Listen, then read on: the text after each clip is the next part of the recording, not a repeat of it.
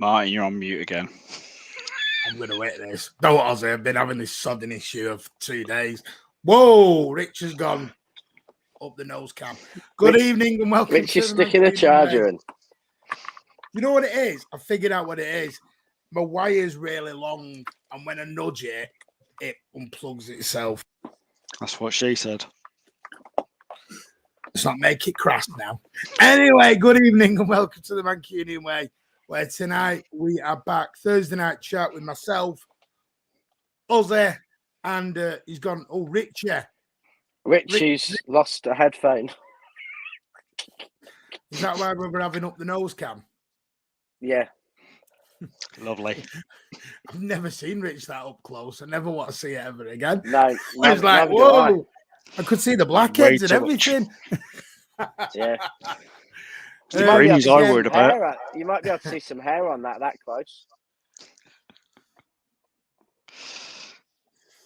Anyway, big thank you to Rich for getting up at after o'clock, and Ozzy for giving up his family time and his day off. Well, presume is it your day off, Ozzy? Presuming today?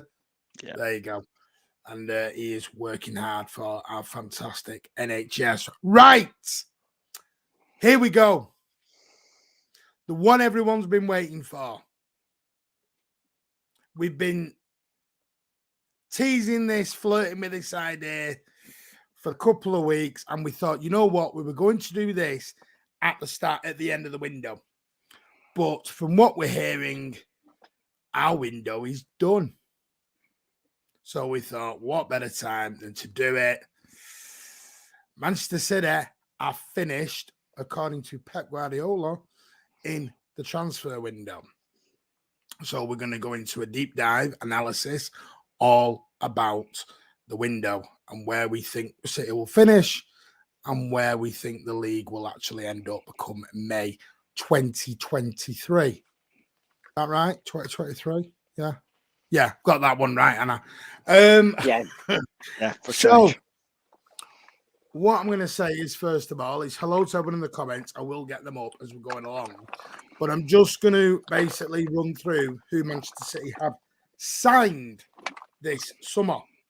So, obviously, the first one we've signed is a certain Erling Braut Haaland, who we did talk about here on the channel 12 months ago, maybe a bit more.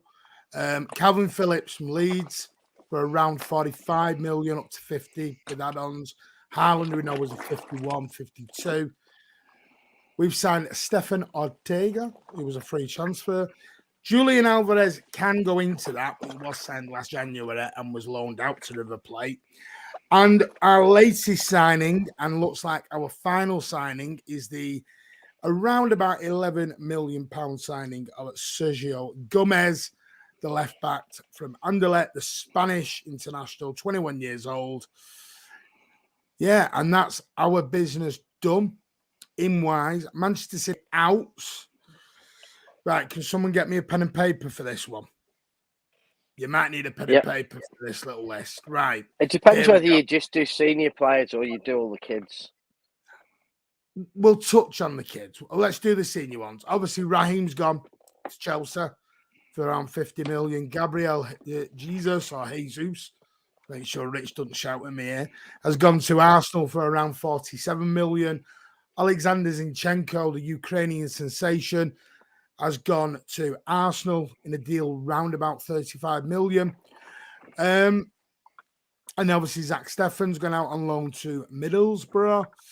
Fernandinho's left the club. Alvin Muric has left. Lavi has gone. Banzuna's gone. Delap's gone out to Stoke today. Yeah, and that's just the tip of the iceberg.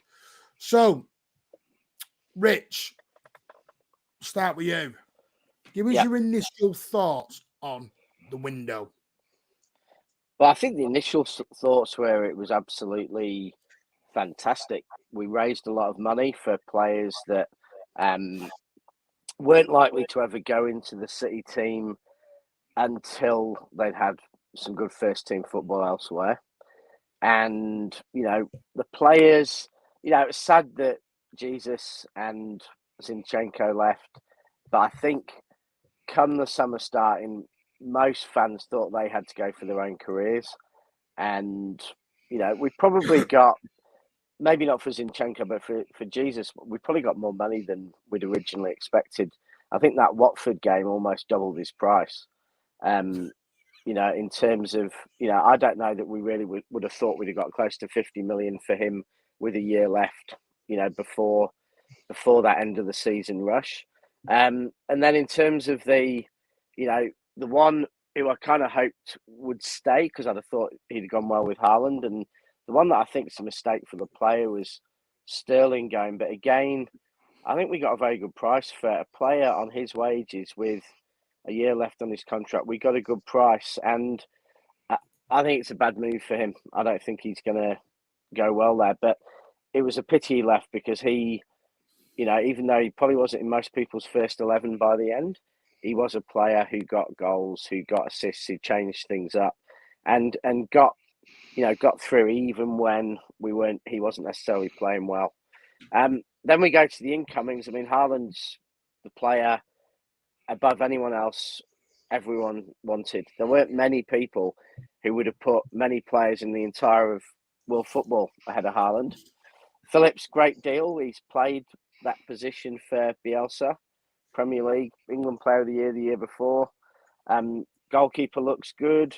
So I think, we were coming in and we're all thinking, fantastic. We've addressed most of the issues, and we're all feeling, I think, pretty positive. Then there was the Cucurella, which probably took a bit of the shine off it. The Cucurella thing where we're, and I guess I haven't mentioned Alvarez as well because that was January, but another brilliant signing. But Cucurella just felt weird. We offered 30 million for a player who, to me, was worth a lot more than that.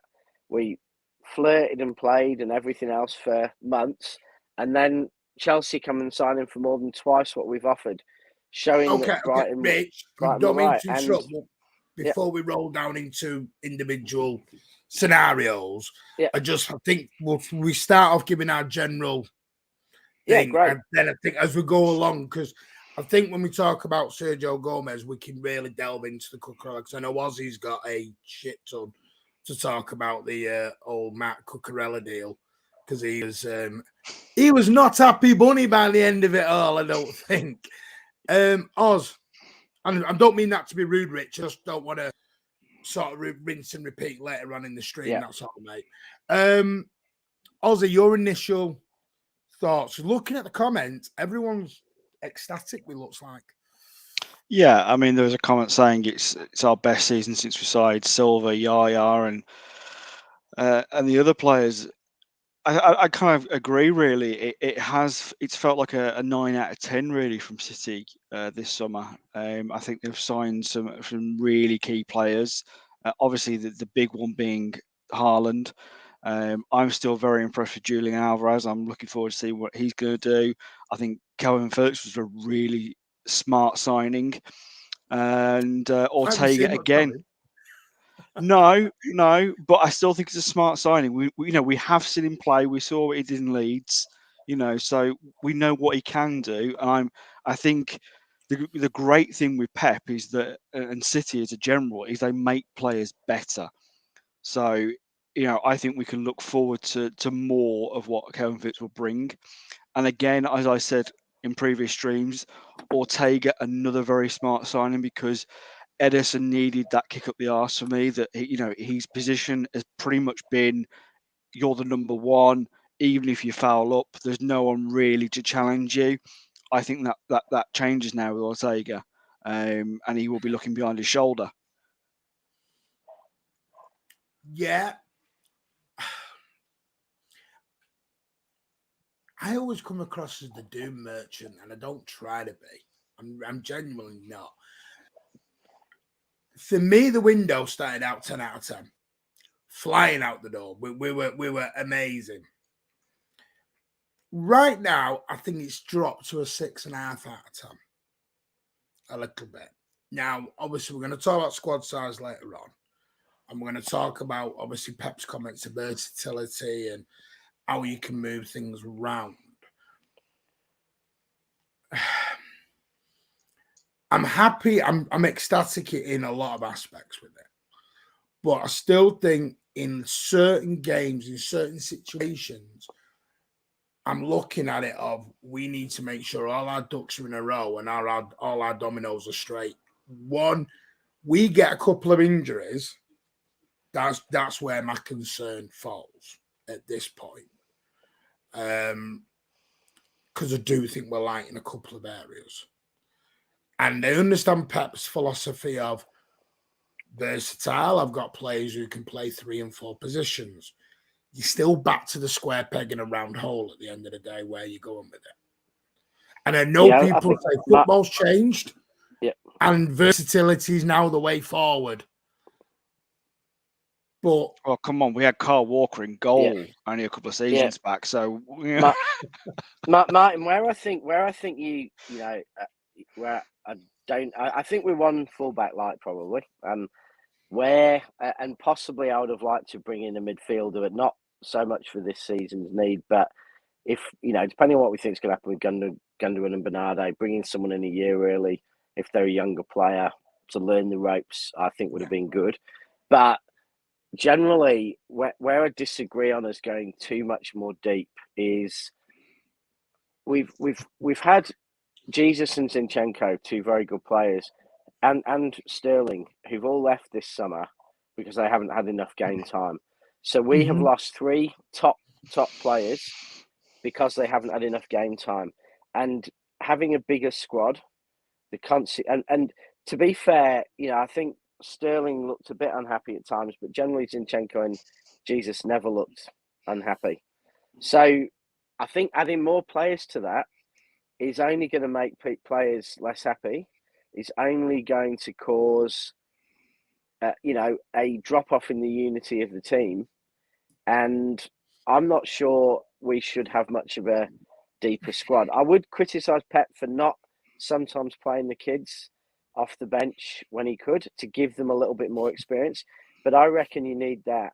And the other thing with City is if you bring in a great left back, and they don't play a lot for City and they haven't played for us, you drop them in, you're dropping a square peg into a round hole anyway, because you have to play City's way. And in all honesty, bringing a player from midfield to fullback who knows how we play deeply is probably more of a round hole than bringing in a left back. If you put Robertson in our team and said, just play the City way. So I don't think that having a bigger squad would necessarily help. I think it might actually make things worse.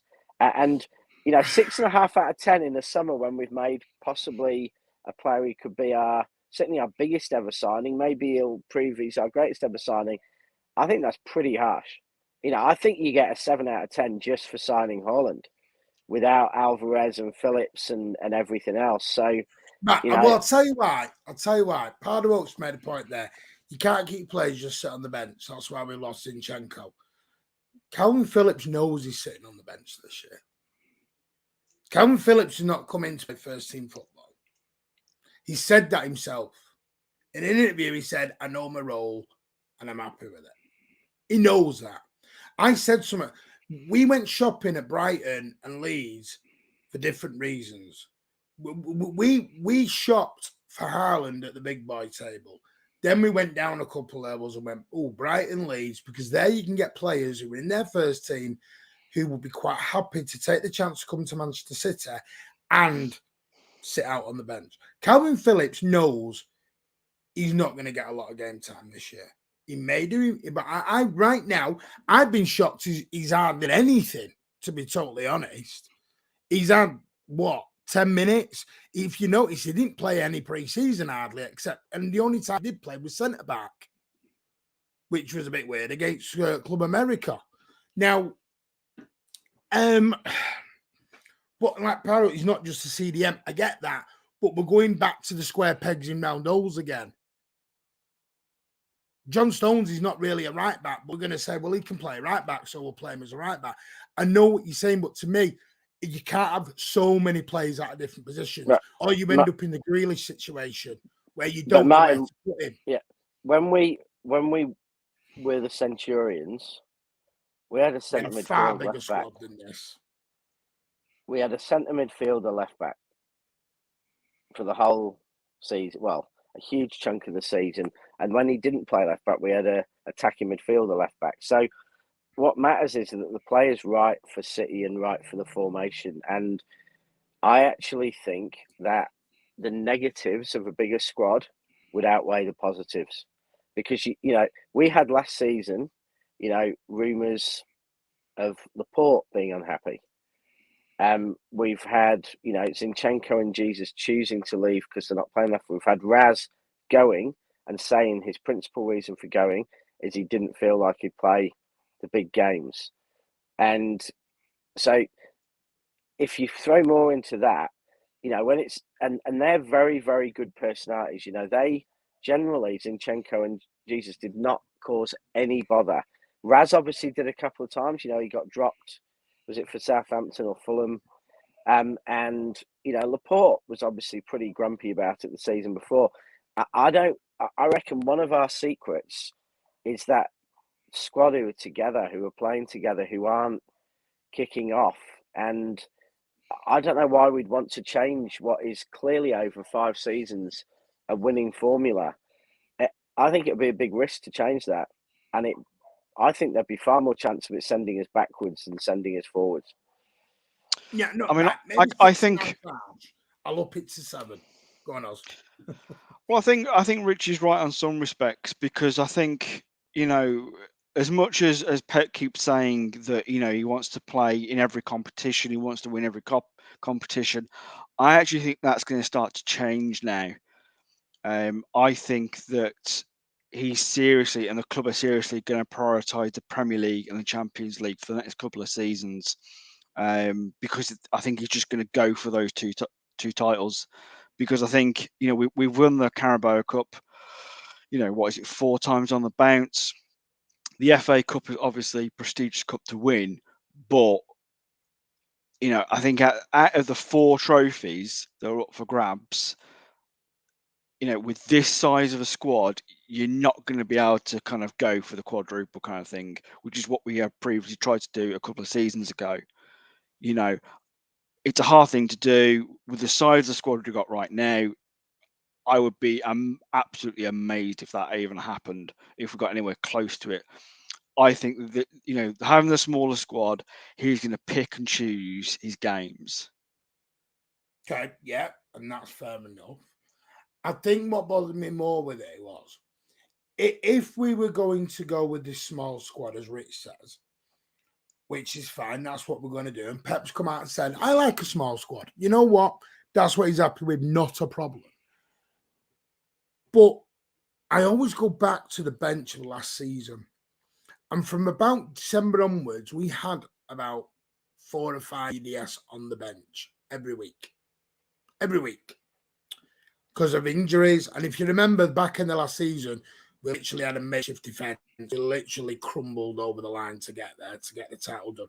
And that's why I always put last year's achievement so high, because of the way we went into that last 4 or 5 games. Literally, we were the walking wounded. Laporte is out now because of the way he had to finish last season. That bugs me. Well, that really annoys me. Yeah. But Martin, if we'd have had a 5th centre-back to cover that worst injury situation we've had when we've had four centre-backs in a long time, that centre-back would have spent all season utterly pissed off. And Rich, I'm not saying that. Would have spent that summer we had 3 it. centre-backs out and 2 full-backs out by the end. Yeah, we had nobody. You can't have 6 fullbacks and 6 centre-backs who are all top international quality on the off chance you get 6 injuries at the same time. Fullbacks. Our mistake last season. For that. Our mistake last season was that we didn't play Esbrand or Mbete or our youth players a bit more off the bench, so that at the end of the season, if we got those injuries, we had a young player who'd played 6 or 7 times for half an hour, knew what was doing, wouldn't have been, had shown they could do it, who could come on. And I think what Pep needs to do is not have a bigger squad. but it's to use those kids. But we know that doesn't happen. Yeah, I mean that's the thing, isn't it? As well. I mean, that's the thing that kind of really surprised me about this window is that the amount of EDS kids that have actually gone. Do you know what I mean? I was really surprised because I think we've all been saying they either need to come into the first team squad and actually play games, or they need to go out on loan. And it's actually happened. A lot of them either have gone out on loan or we've sold them. And obviously, we don't, the ones that we've With a sold, we've got buyback. yeah. I was about to say we buybacks. So I think we've kind of got what we've asked for over the last few seasons. We've asked for these kids because they're too good for the EDS. Do you know what I mean? Some of these kids, like the Lap and a few of the others, are just too good for it. They need to be playing senior football, And like Delap, he's gone to Stoke, and I think if he can show, some great kind of games at Stoke, he'd be a starter. Do you know what I mean? I mean, who knows where he can go, and whether he'll come back to City or not is debatable properly. But if he does really well, that's a potential profit coming back for us. Do you know what I mean? So I am really surprised with the way City have done with the EDS kids this summer. I think you see, I go out and I watch every City content creator, and the word on the street, and everyone was saying it on podcasts, that was McAtee and Palmer were the next two up. We didn't have to worry about squads because we were going to allow some of the EDS to come in. We were going to allow them to start having games, having a go. And McAtee was never going on loan. That was just not happening. That was cut dead, not happening. 3 weeks later, bang, he's at Sheffield United, and he doesn't always play for them. He's like 3 or 4 games, and he's missed one of them. So, what point I'm trying to make is here, we've gone from where we had Egan Riley, and because I heard the same with Egan Riley. Egan Riley played in the Champions League last. Sorry, I've got Nigel Mansell outside. Egan Riley was the next one through. Now he's at Burnley, and now we got Rico Lewis. But the trouble is, Rico Lewis was only just he was captain of the under-18s. He was only just breaking into the EDS team. So he's literally skipped one whole sort of, what's the word I'm looking for? One whole section. He's literally come from the under-18 straight to first team, which could be brilliant. Listen, I'm quite happy with 7-8 EDS coming in, but I've never had a problem with that. I would love it. I would probably prefer it, but I know what that comes with, and because I'm telling you now, I am probably being national 6.5. I'll probably give it 7, 7.5. My worry comes, we're in a World Cup. Injuries will happen, whether we like this or not. We don't know what's going to happen. So I just sit there and I think to myself, like you said, Ozzy, are we going to have to chuck 2 trophies away because of squad size? Because I'm sorry, I don't want to chuck FA Cups away. I'm not saying we should, Martin, but I know we will. Yeah, and I think that's just the way it's going to be because they want, the players, Pep, the club, as in the hierarchy of the club, want to win the Champions League. Okay, we haven't brought in Haaland to win the Premier League again. We know we can win the Premier League. We know we can win the Carabao Cup. We know we can win the FA Cup. The one we haven't won is the one that they want, and they have brought in the likes of Haaland to make this happen. But I don't think any player guarantees you the Champions League. I didn't say it guarantees you, but let's be honest. I think if we'd have had Haaland, last season, he would have been an option. And we kept saying this, didn't we? We didn't have that option of a striker to come on and try and make a difference. They had Benzema, and look what he did. So you've got to kind of keep these things, in perspective. I get that. See, the Champions League for me, and this is not going to turn to Champions League stream. At the end of the day, it's a cup competition. So you get drawn against potluck. Mm. I'm not being funny. You can draw yourself to the final virtually. You can win 5 games and win it. That's not a competition for me. That's a joke. More, you Sorry. can lose Yeah, 3 but games and win. You can lose Martin, we're 3 not getting games into and win it. personal views, are we? I'm just No, talking no, about no, I'm the not. overall But goals. to prioritise the Champions League or the FA Cup massively pees me off. Massively. Yeah, I Because think every season. we're not that arrogant and cocky enough to have won the FA Cup, start throwing it in the bin. Yeah, but City are not going to come out and say this publicly. It's No, I know privately. they're not. You And know, I'm not saying they will. it's goals and achievements that they've got on the board, on that whiteboard of what we want to achieve. Mm-hmm. And I can guarantee you, it's pretty much Premier League and Champions League. What order that is in, you can have a bit of an argument about, but it is definitely they want to win the Champions League. Yeah. I think what I want to avoid and what I've hated the last few years is we take all the trouble of getting to the FA Cup semi-final and then we don't try.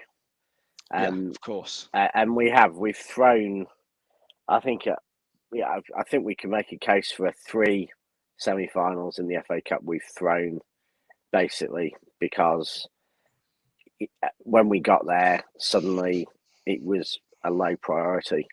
But we'd made all the effort of getting there, and actually, as a fan, I want to see us go and win the FA Cup. So, it brings a bit of a disappointment to the fan, especially the 35,000 or whatever you can get tickets to go down to the game and then watch in that performance. And last season it actually managed to convince the Scousers they were better than us. Well, let's be honest. I mean, we're close to winning the Spend Net Trophy, aren't we? Let's be honest. With we're just behind Brighton at the moment for net spend. All right, then. All right. Well, let's look at it this way. Let's sort of look at it and that's a big trophy way. now. Let's sort of look trophies out there. One of the let's biggest, take mate. this down Totally. Rich's Road. Rich's Road of a business sense. In terms of, we know UEFA have brought in this brand new rule, the fair sustainability rule, whatever it is, the financial sustainability, where you have to have a turnover 90%, 80%, 70% within 3 years. There was a clip shown today on the City documentary, part 4 of it, where you see a lot of, there was a thing with Cheeky and Omar Barada talking a lot about free transfers and contracts and everything else. And there was he's like talking about wages and he goes, how much? And it's sort of like, I do think part of this is also to get their house in order, ready for these new UEFA rules to come in. Because next summer, we're going to have to literally spend again. You're going to have Gundogan out the door. You're going to have KDB a year older. You're going to have Walker going into his mid-30s. Mahrez will be into his mid-30s. So, so you're going to have to probably still bring in 3 or 4. So have we done this spend and done this all in mind of what's going to happen 12 months, 6 months down the line, and we're ready to bring in a big boy? Yeah. And when I mean big boy, I'm sort of spending a lot of money. I don't mean a Neymar. I don't mean that big boy. No, but I think we are going to be looking at spending another couple of million. Not a couple of million, but I reckon another couple of 100 million. Because, like you said, we've got players that are going to are getting older. Gundo's got a year left of his contract. Bernardo, that situation is still very much up in the air. There are rumours, coming out saying that there's potentially contract negotiations to extend, him further, which is great news. But again, we'll see what happens with that. So, and we are starting to look very light in that department of attacking midfield. Like you said, KDB's another year old next season. And as brilliant as he was last season, and again this season, he looks like he's kicking on and could be even better. The body still ages. Injuries can crop up, and you've got to look at kind of replacing certain players in certain positions. I mean, I think one of the biggest we're going to have to look at replacing is the likes of Kyle Walker. Because there's nobody else in the league that does what he does. Do you I know what I think mean? you've already got And his to replacement. who? I think you'll just move João Cancelo back across to his natural right back. Possibly, but João Cancelo is 27 himself. This is why I was pissed off for the left back situation. I've no issue with Sergio Gomez. He looks a very promising young lad, but I would have liked that little bit more experience in there, if you know what I mean. I would have liked that little bit more. Because, yeah, I understand fullbacks have changed their thing. They're not a Gary Neville, a Phil Neville, where it's just straight defending now. They have to be up and down the field as wing backs. I wouldn't even call them fullbacks anymore. They should really be renamed wing backs, is what the new term should really be now. But to Rich's point, you talked about Mark Cucurella. I'm going to ask this. Have Manchester City been a little bit naive? And this will be to you as well, Ozzy. I've been a bit naive this window in certain areas of not learning from previous mistakes, a la Harry Kane, of spending far too long on one target that was never really happening. I think it's I don't know if it's naiveness of making something. I think it's actually we undervalued a player. I think we might have got carried away, to be honest, by, the fact is Haaland's a 150 million, 200 million pound player, and we got him for 50 because of a special clause. And, I think Phillips is probably a 70 million pound player who we got for 40. I don't understand that. I really don't. But I think we just got carried away. You just got carried away. Calvin Phillips, 70 million pound player. You're talking about, of course he is. You're talking about a player who in what world? England's player of the year when they got to the final of the Euros, and was a much better player in those Euros, even than someone like Declan Rice, who people are saying is worth 160 million West Ham want for him. And in terms of being suited to City, Calvin Phillips had played in the position, which not many do, play that kind of 6/8 defensive midfielder in a possession team, like Bielsa did and Pep does. So I think Calvin Phillips was pretty perfect for us, and I think, hopefully he'll be fit. He'll be fit, and he'll be actually able to, be able to show that. So I think it's, we got carried away. I think we thought all our deals are going to be brilliant, and Cucurella's a 50 million player. We thought we'd get him for 30 for some reason. I don't know why. And, we were a bit stupid. Right. When I mean naive, Rich, when we sold Zinchenko for 35, the word on the street was Zinchenko was to go out because we basically had a replacement deal done to come in. And City generally do. Someone will come out, they generally... City aren't normally, we're exposed ourselves to left back. And let's be honest, they left themselves in a bit of a pickle for 2 or 3 weeks. Sergio Gomez was not the number one target. Let's get that straight. He is now, but let's get it straight. And this has come from Pep's own mouth. He was going on loan to Girona. Yeah. That I don't think anyone disputes that. But what I'm saying is this is where the naivety comes in. Is this is where I think you get a lot of word of mouth.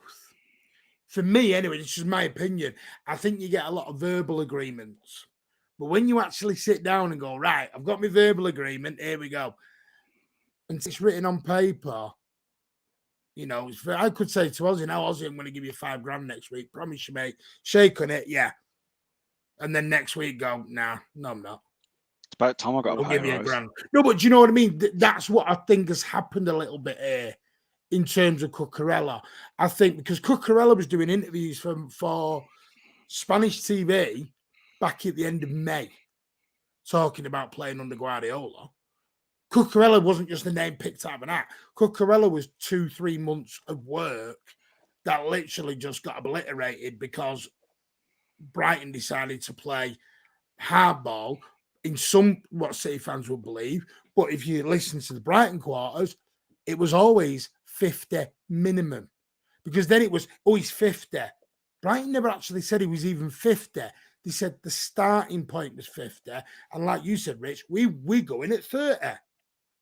Do you know what the mistake was? The mistake was to let Zinchenko go first. Okay, That's the because naivety part. that's the naivety part. Because at the end of the day, like as soon as Brighton knew that we'd let Zinchenko go, they were like, "Well, now they're desperate. Right. Now they have Here's the got." point to that, though. Well, hang on. Let me finish, Rich. Let me Chelsea's finish. interest didn't come No, out of no. the blue. Let me. Yeah, no, it didn't come out of the blue, but at the same time, like they knew. Okay, like for starters, he had 4 years left on his contract. He was into the Spanish national team. You know, he's. Yeah, Brighton had said, like Martin said, they wanted 50 million at least. So you're starting. If you're saying you get rid of Zinchenko, goes to Arsenal, yeah, then they know what they're going to go. Well, we can slap an extra 10,000 on that.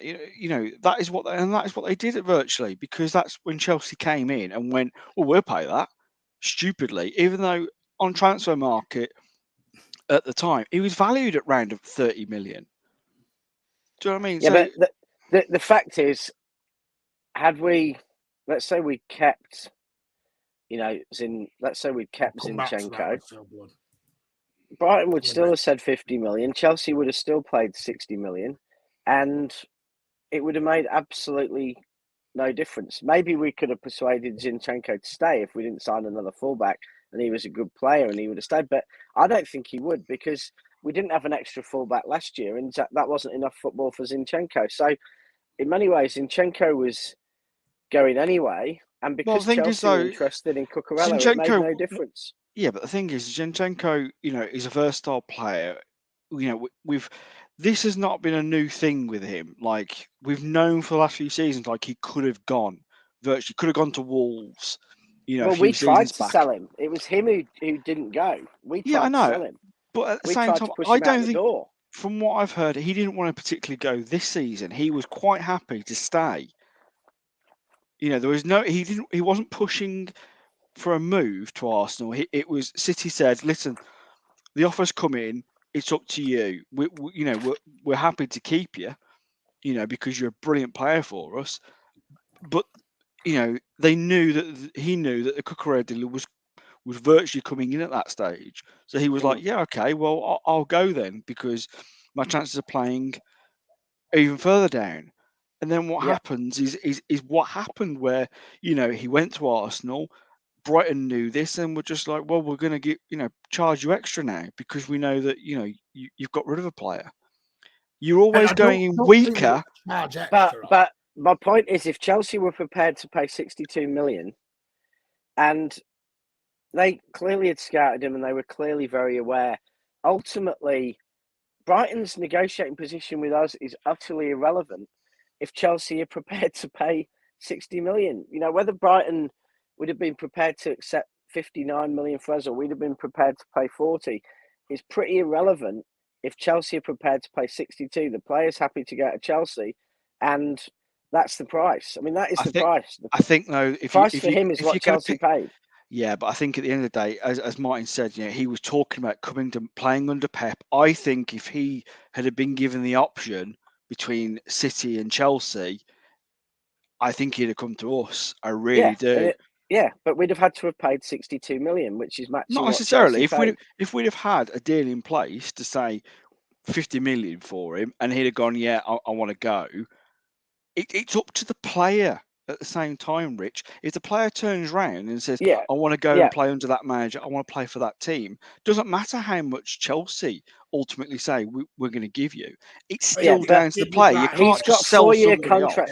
off. He's got a 4-year contract, Ozzy.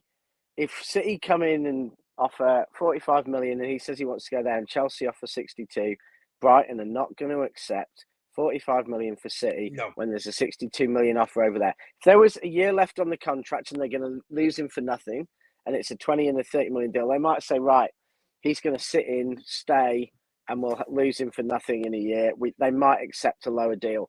But no team is going to accept lower money from Club A than Club B, and not only that, if they've got more than 2 or 3 years left on the contract. The reason I probably agree with Rich is Cucurella did everything he could. He even threw in a transfer request. Well, this is what I'm saying. He didn't care about it. So Brighton were never going to sell Cucurella could do no more. Yeah, He could do no more. I know, but the simply thing we is, undervalued the player, and yeah, we because did. we undervalued the player, we lost him, and it was as simple as that. Or should we move on to his replacement that has come in then? Because again, Yeah, I mean, go on, like Sergio Gomez then. Sergio Gomez. I mean, like you said okay with before, that? Martin. He was coming in to basically go straight back out on loan. But now it looks like he's going to be the backup to Cancelo. He's still a very bright and very talented. He was at La Masia, in Barcelona. The same as Cucurella. Just a few years younger. So we know he's got talent.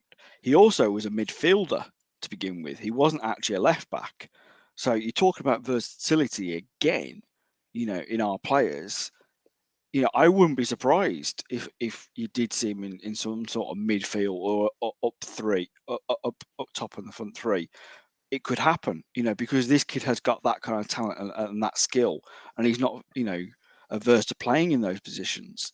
So I think he's a very bright and very, interesting signing that we've brought in, and I look forward to seeing what he can do. See, I'm going to be. I don't know a lot about him because if you look at his game time, it was really Anderlecht. He played one game for La Masia. I think he played 7 games for Dortmund, and some of that was reserves. He's basically made all his. I think it was 50 odd appearances for. No, he made a lot. He played a lot. made He played a fair bit on loan. He played in La Liga on loan. Yeah, he did quite a few times. The stats I looked at earlier, he's not. He's basically Anderlecht. No, he played one game for La Masia. No, he played a lot more than that. He was in there. He was in their academy, like is what I'm saying. He was in La Masia, is their academy. He was playing there quite a bit. He played for Huesca, whatever they're called. He played 65 games in Spain on loan. So he's played well over 100.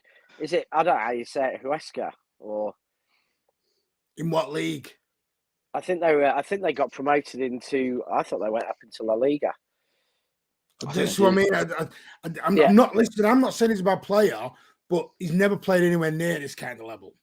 Well, I think he was never anywhere near.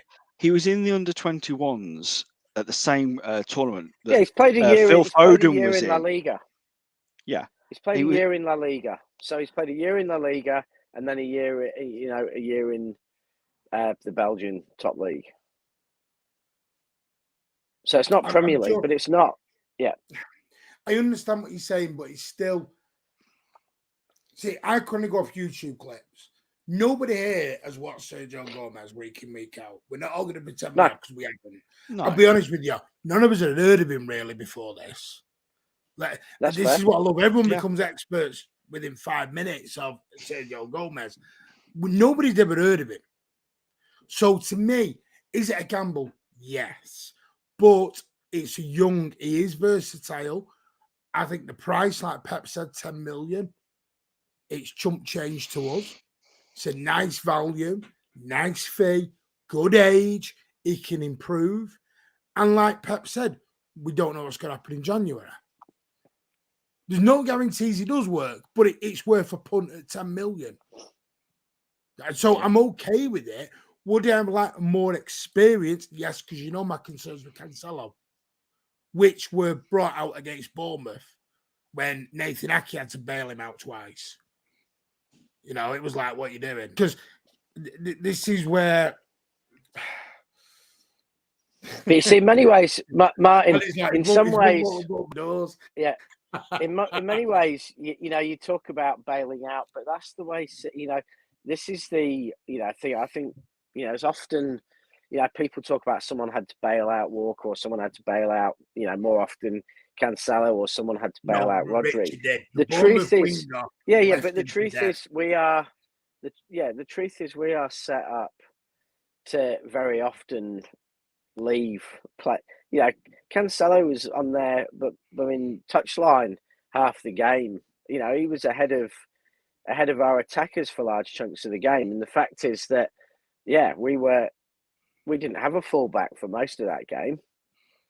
he wasn't playing there. He was playing near their penalty area, and so he did leave massive gaps behind. But I agree with you, Rich. We were set up in that Bournemouth game at to home do is not that. my concern here.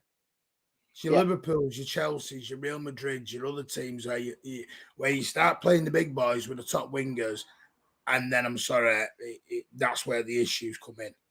Because I'm Bournemouth at home or Bournemouth away is not going to make or break a champion. It's when you get Salah running at him, and it's like baby taking candy from a baby. Even that, Martin, we should have. If you watch the 2 Premier League games, because I won't include Community Shield and things like that, and the semi-finals against Real Madrid. Hang on a minute, on the balance of play, include Community Shield because it was exactly rinse and repeat what happened in the Premier League. Rich. No. It wasn't. Go back and watch them both. In the Premier League, we should have been 4 or 5-0 up at Anfield at half time. We dominated them. We absolutely dominated them, and we put more chances, missed than you will see at Anfield in any game. And at home, we could have beaten Liverpool by 3 or 4. I mean, this myth that those games were exciting games, but this myth they were even was a joke. And as for Real Madrid, we could have beaten them by 6 or 7 at home. It was our absolute profligate attack. So is football done on coulda, woulda, shoulda? No. But what I'm saying is, we will beat Real Madrid. We will beat. You can't go at the end of it. Well, I nearly won a league. Yeah, but you're saying, oh, it might be terrible because against them, but we put the goals in and dominate play because it's happened every single time. Yeah, I'm giving you facts. The fact is, our attack cost us 4 wins in those 4 games by not going down this getting road close to scoring. The fullbacks don't have to defend. Right. Okay. Listen, we know one of the best fullbacks in the world right now plays for Liverpool, and it's Trent Alexander. Now, Trent Alexander is brilliant going forward. We know this. He's very similar to Cancelo. Say about him, yeah, and I'm getting to that point. If you let me talk. So my point is Cancelo is very much the same. Very good going forward, but defensively is a bit of a worry. But that's when you have. That's when you have to have. That's when you have to have. Okay, your defenders, your centre backs. Okay, and you're like your Carl Walkers who are going to bail you out of those times. Okay, like Ake has done in the last couple of games where he's covered Cancelo. As long as you have got those type of players who can back up the likes of Cancelo, then you have to outweigh some of the negatives in his game. Yeah. And I think, I think Cancelo's prime. When I went to the FA Maldini coaching badges, they didn't say to me, "Well, your centre back's going to come over and cover your fullback because he can't defend." They don't teach you that. I'm sorry, they don't. That's not how they coach. Martin, with respect, Martin, you're not Pep. FA coach badge. Well, with respect, I'm the only one with an FA coaching badge. Yeah, but you're still not Pep. That's just fact. You're not Pep. I'm not saying I am Pep, Jose. No, but you can't. Fallacy of you don't have to end is that it's a fallacy. I'm sorry, Martin, but I'm sorry, but you completely badge ahead of Pep Guardiola. Yeah, and you can't do that. That's just ridiculous. I'm not saying right. So okay then. Pep Guardiola has completely transformed the Premier League. Okay. No, he has, Martin, and you can't even argue against that because if you do, he makes mistakes. I'm not saying he doesn't, but at the same time, we've won more in the last 5 years than we have ever in our history. So if you're telling me that the way he plays, yes, has issues, but certainly the positives completely outweigh the negatives. Okay? I'm not saying that. No, this whole debate is about Cancelo. What we're now saying is Cancelo being shit at defending is okay because it's okay. That's what you. But that's what you're debating here, Jose. No, I'm saying on the side of it's okay because the centre back. I didn't say it was okay because nothing's okay. What I'm saying is you have to look at the benefits that weigh out of the way he plays. That is what I'm saying. I'm not saying I'd love it if he was better at defending. Of course I would. It would make him an overall better player. But that's just not in his game.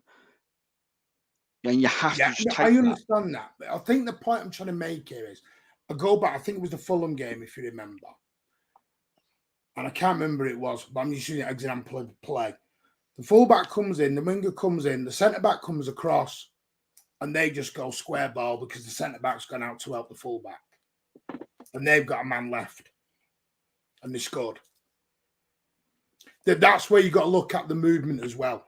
Because if you are going to do your Ake or your Stones or whoever is going to drag across to go and help that fullback, you have to realise you're leaving space then for the attackers. Right, wrong? I think you need to put up what Neil has put in the comments, because I agree with him. Wow, yeah.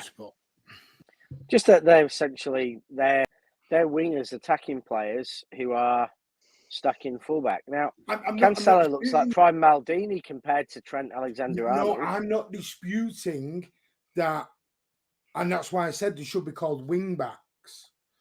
But I think if you are going to play them, Fabian Delph was not a left back. Zinchenko was not a left back, but we all agreed Zinchenko was better defensively than Cancelo. Right or wrong? Then why did we get rid of him? Because he was seen as less good offensively. Yeah. And the fact is more on offensive than he does defensive. So that I agree. Because he's always said we'll outscore the other team. That is what he's always said.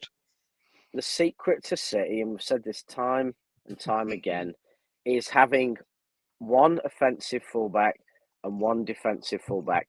And we work well when we have Cancelo and Walker, because Walker covers as a third centre-back. He covers with his pace, and he makes up for Cancelo. When Cancelo played with Zinchenko, I didn't like it, because I felt that there wasn't this elite defender, and Kyle Walker defensively is possibly the best right back, certainly of the last decade. And it's hard to see as a defensive fullback, but we don't need two defensive fullbacks like that. If we played two Kyle Walkers, we would be a much less good side than we are, because what we would gain with a second Kyle Walker, we would lose in terms of what Zinchenko and Cancelo offered up front. So if Kyle Walker's fit, we would be completely wasting our time to play another defensive fullback with the possession we have and everything we have. Our problem is, and this is where I would have in a way replaced, as a player, the player I want City to bring in defence is someone with Kyle Walker's, someone with Kyle Walker's attributes, someone who is a quality defender, has elite, possibly. I mean, going back to Rob there, but in his, talk about Kyle Walker Peters, but. No, I think to me he's the closest. I think that's what City need. That's what City need. Yeah, that's what City need, because if Walker stays fit all season, I don't care who plays. In some ways, I don't care who plays left back. We could play Kevin De Bruyne left back if Walker stays fit all season, because actually I think that role's going to be so far up the pitch, it's not going to matter. But if Walker gets injured and we lose Walker for 3 months, then we're going to have to play. Yeah. Well, no, I think if he gets injured, Cancelo possibly plays right back if we play Ake. I think if Walker gets injured, we play John Stones. And I think we played John Stones quite consistently there if Walker gets injured, because I think we have to have, if Walker's injured, we have to play either Ake or Stones, because we have to have a third top-class defender in our back four. So my bet would be Stones. And Cancelo stays left back. But as I said, I think looking at, that is why I said I think next summer is going to be so difficult to look at replacing Walker, because we need to, even if we don't get rid of Walker, and I hope we don't, because if he carries on the way he is, then brilliant. Yeah. But you're still going to need someone to come in and understudy from him. You're still going to need that backup. But what I don't know is I actually can't think of a right back. I mean, I like Reece James, but I don't think he's quite as good a defender as him. And I don't know that Chelsea would. I reckon Chelsea might want 120 million. Actually, I wondered the kid at Brighton. Lamptey. You can't get them out Lamptey. for less than 60 million. So forget it. I You're like out. him. I like Lamptey. I think he's a very good player, and it wouldn't surprise me if we looked at him. Hasn't he summer. Yeah, I gone? wonder if I don't know Hasn't if he he's just left? defensively. No. No, I don't know if he's defensively quite that good. I think No, but he's young enough. He's young not. enough Yeah, to kind of mould him. I think that's where yeah. I'm I looking see at. him more as a more as a Trent type He's a coach. than a Carl Walker.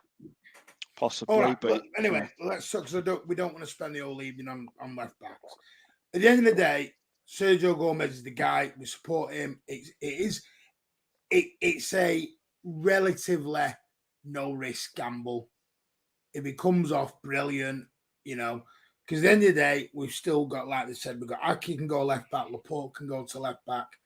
I would love Wilson Espan, but sadly, I don't think that will happen. Because even when you notice when Pep was mentioning who can go left back, Josh wasn't really getting mentioned a lot. Because again, we know Pep's philosophy on EDS players. Sadly, as much as I think a lot of City fans all agree on, they would love a bit more EDS. the thing is, though, Martin, we have got the 5 substitution rule going forward now, so we may see more of the EDS kids come in, which is, is a positive in the respects of that coming in. There is a more possibility that we are going to see a lot more of the EDS kids come off the bench. I get why it's harder, because when you've got 5 first teamers on the bench, you're going to have to get them in before you're going to have to put an EDS in. Yeah, so but as you've said, though, and we've kind of been saying for the last half an hour, is that we've got a smaller squad. Pep is going to have to rotate a lot. Do you know what I mean? Especially when it comes to like the Carabao Cup games, especially the first, few months of that competition. Do you know what I mean? He's really going to have to heavily rotate. That's where I think you'll see some of these kids come in. Do you know what? I think we've all noticed. I think everyone's took away from this transfer window. We're all happy in most aspects, but I think it just shows we're all sort of nitpicking. We'd all would like that extra player. We would all like that extra fullback. We'd all like that extra winger. But at the end of the day, if you look at it, Alvarez, to the way I look upon it, Alvarez is here for the 10 years. You're going to have Haaland for possibly 3 to 4 years. We're hoping longer. Because don't forget, he has got these clauses. Just on that, does that release clause bother any of you two? Or is it because they're so high, you're not bothered? I think we're not sure what it is, but I think it's got to be relatively high. You know what I mean? Apparently it's 175 and then 150. Yeah, we'll see. Do you know what I mean? Because we all thought we knew what it was from Borussia Dortmund, and everyone was wrong. Do you know what I mean? Well, we were all close. I mean, we all thought but it still, it was everyone was still, even the reporters were still wrong, Rich. So let's not start guessing that we think we know what it is. I think for me, we can only go off what's quoted out. No, I know. I'm just saying, like we don't fully know, and we were wrong before. So let's just keep in perspective. What I'm saying is, though, asking a question. What the hell? Jesus Christ! As you can see, someone's come in a right mood this evening. Try to get a word in edgeways. You got to sometimes stand up yourself. Hang on a minute. You got an you're still talking. Now you and I. Oh, I'm sorry. So, I've been shut up for 20 minutes, Oz. Behave yourself. So what I'm trying to say is about Haaland, okay, is that he is coming, and a lot of us towards the end of last season were saying that we all thought he was going to Real Madrid. Do you know what I mean? I mean, we were all saying we'd love to have him in, blah blah, but we just don't see it happening. We were more kind of like saying that's probably what's going to happen, and look what's happened. We've got him in, and we've not even mentioned him yet. And we got him through the door. Bang early, and he's an extraordinary player. And the doubt that has come in from certain other fans to say, he's going to flop, and he's not that good of a signing. There's the injury concerns. He's going to score less than Kane, and probably do a Lukaku, and it just the absolute just like you're just kind of going, what? The jealousy and everything like that. And I just think we've got one of the best strikers in the world right now. And we've been crying out for him, and we know we've got him, and we should just be celebrating that fact. Yeah, I mean, I really hope that we get to keep him for longer than just the 4 or 5 years that he's currently signed on to. Because I think he could become a City legend, and I think if he's kept happy enough, why not? Do you know yeah, what I and mean? I think that's I think you're spot on. Then we've signed a genuine world star. We could see just in the moments, in his Premier League debut at West Ham, you could see the acceleration off the mark for a big bloke to get that penalty was absolutely incredible. To get there and get that touch, to get round and win a Stonewall penalty, the coolness of the finish, even against Bournemouth, the way he pulled three defenders off to let De Bruyne run through and score, the space he helped create for Gundogan's goal. I mean, it was a pure example of having that target man, just what a difference it makes. And Bournemouth ultimately they played that same narrow low block 10 men back or 9 because I think they left one guy up, but they played that. And last season we had games against things like that where we didn't look like we were going to score. Against Bournemouth, we looked like we were going to score 6 or 7, and we didn't look like we went out of second gear.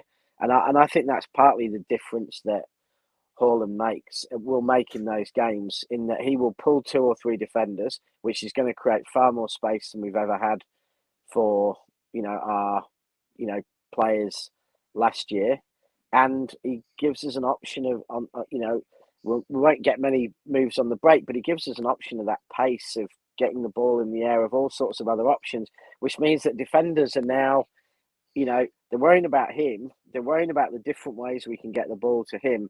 And they're worrying about everything they worried about last year with their, probably 6 or 7 City players, from the attack, from the midfield, and Cancelo, who are all swarming around their box. They're worrying about them.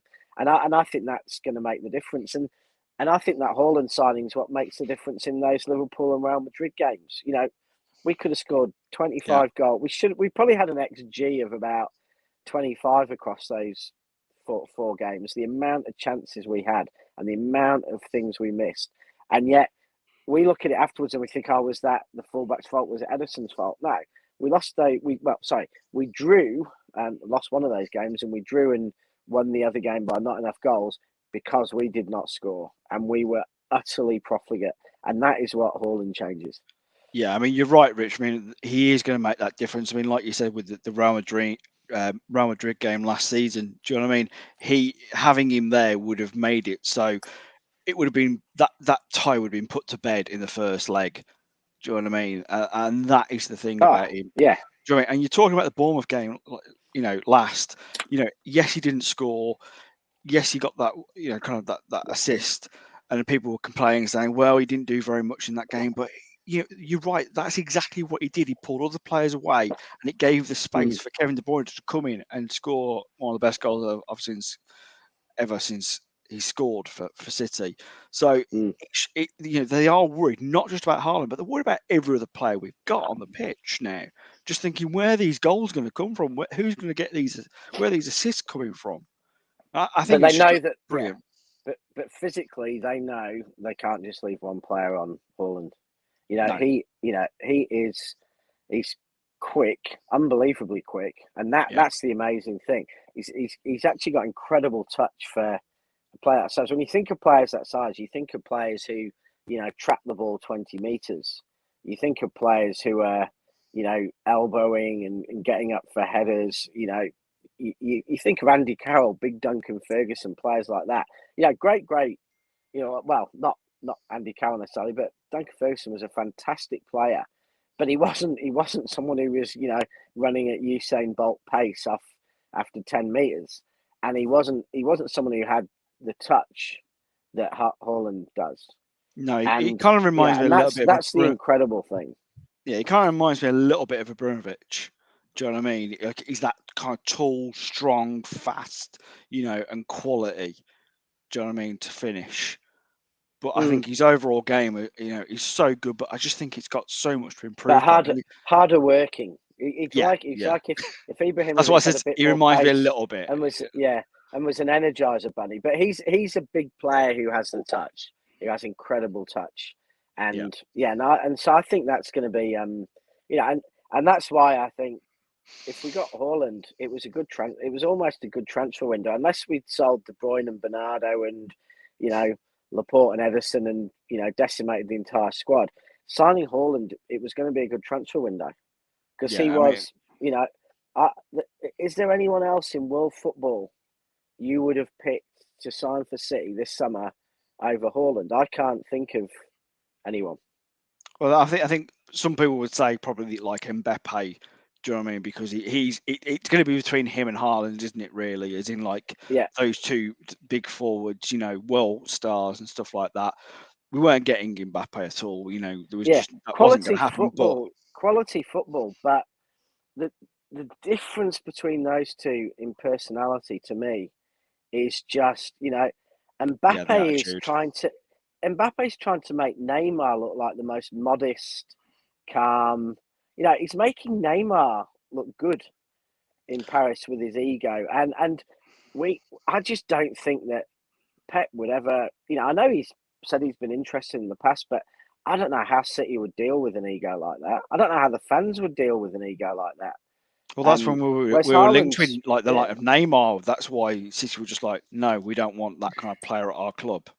Do you know what I mean? Not even if you gave him to us for free, would we have took Neymar? No, I think there's a lot of fans who, absolutely would say that. So Martin, is there anyone in world football you would have wanted ahead of Haaland? I don't know why we're on Mbappe at the minute, if I'm honest. But we're doing our transfers and we're now debating on but I mean, we're talking about is there any player in world football you would have rather signed than Haaland this summer? That's the question. Saying our transfer business, and I'm saying we signed the player that I would have wanted above any other player in world football this summer.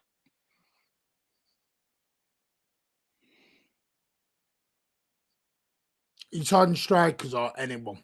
And anyone. You can sign. You'd have had Kimmich. Yeah. Over Haaland. Yeah, because we can win titles with false nine. We haven't done. We've not failed not having a striker. I'm not saying Haaland is not pivotal, but we've not failed without a striker.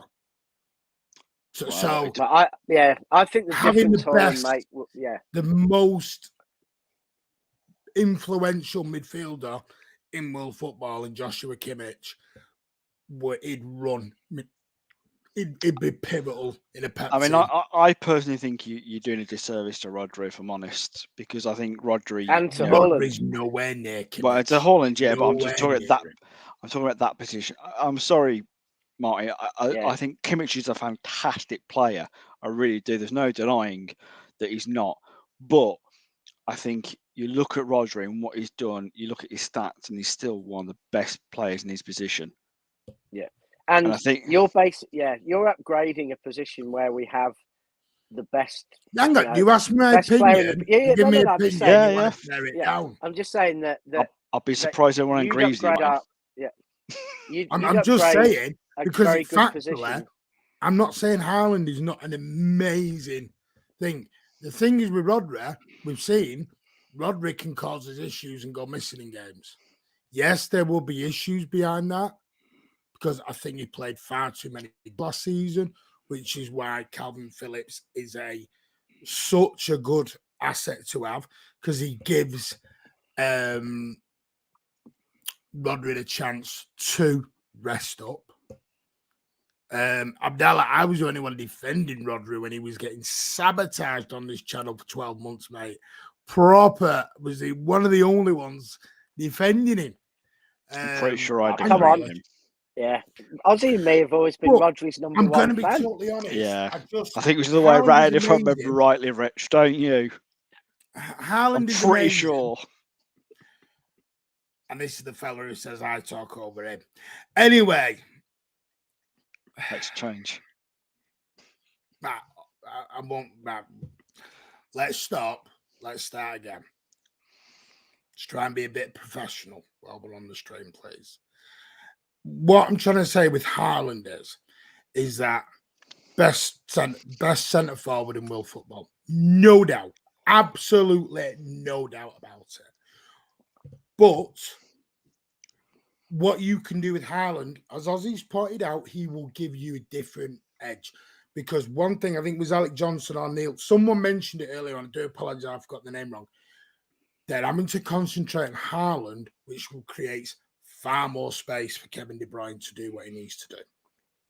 Because eventually, I do think you'll see a front three of Alvarez, Haaland, Foden. What you'll then do, I think that'll be the three that we'll eventually get to. May take a year, may take 6 months. Because I think he's dipping Alvarez in, dipping him out, dipping him in.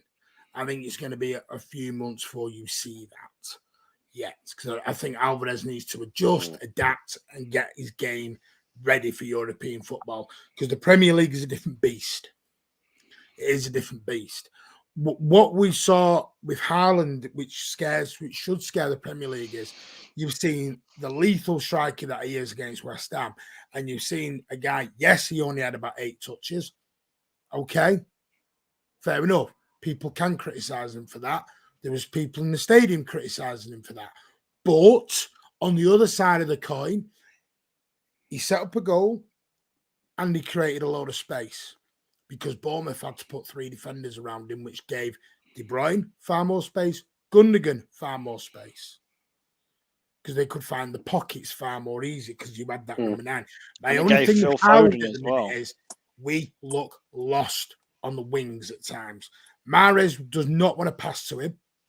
De Bruyne did not want to pass to him a lot because there was 3 occasions on Saturday where they pot-shotted from the edge of the box, as you all saw with Foden as well, which is part of the reason, presuming he got dragged off, is Haaland just turned around and glared at De Bruyne and went, I am here.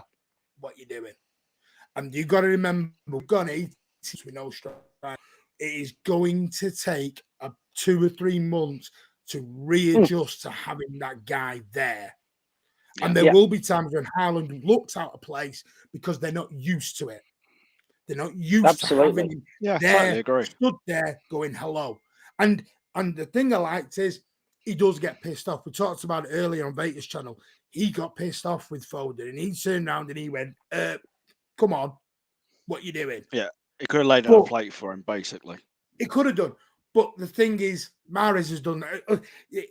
It all depends what you're doing. I've had this debate so many times. Different players can get away with different things at different times.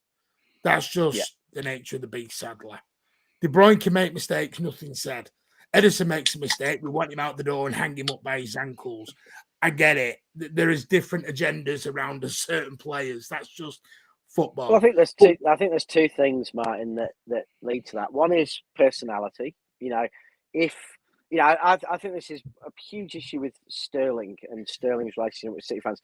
Sterling never went out of his way to ingratiate himself. He'd never kiss the badge or say he loves living in Manchester or, do any of that. He didn't smile much, etc., etc. So Sterling, whereas say Bernardo, everyone loves him. He's cuddly, he smiles, he says the right things.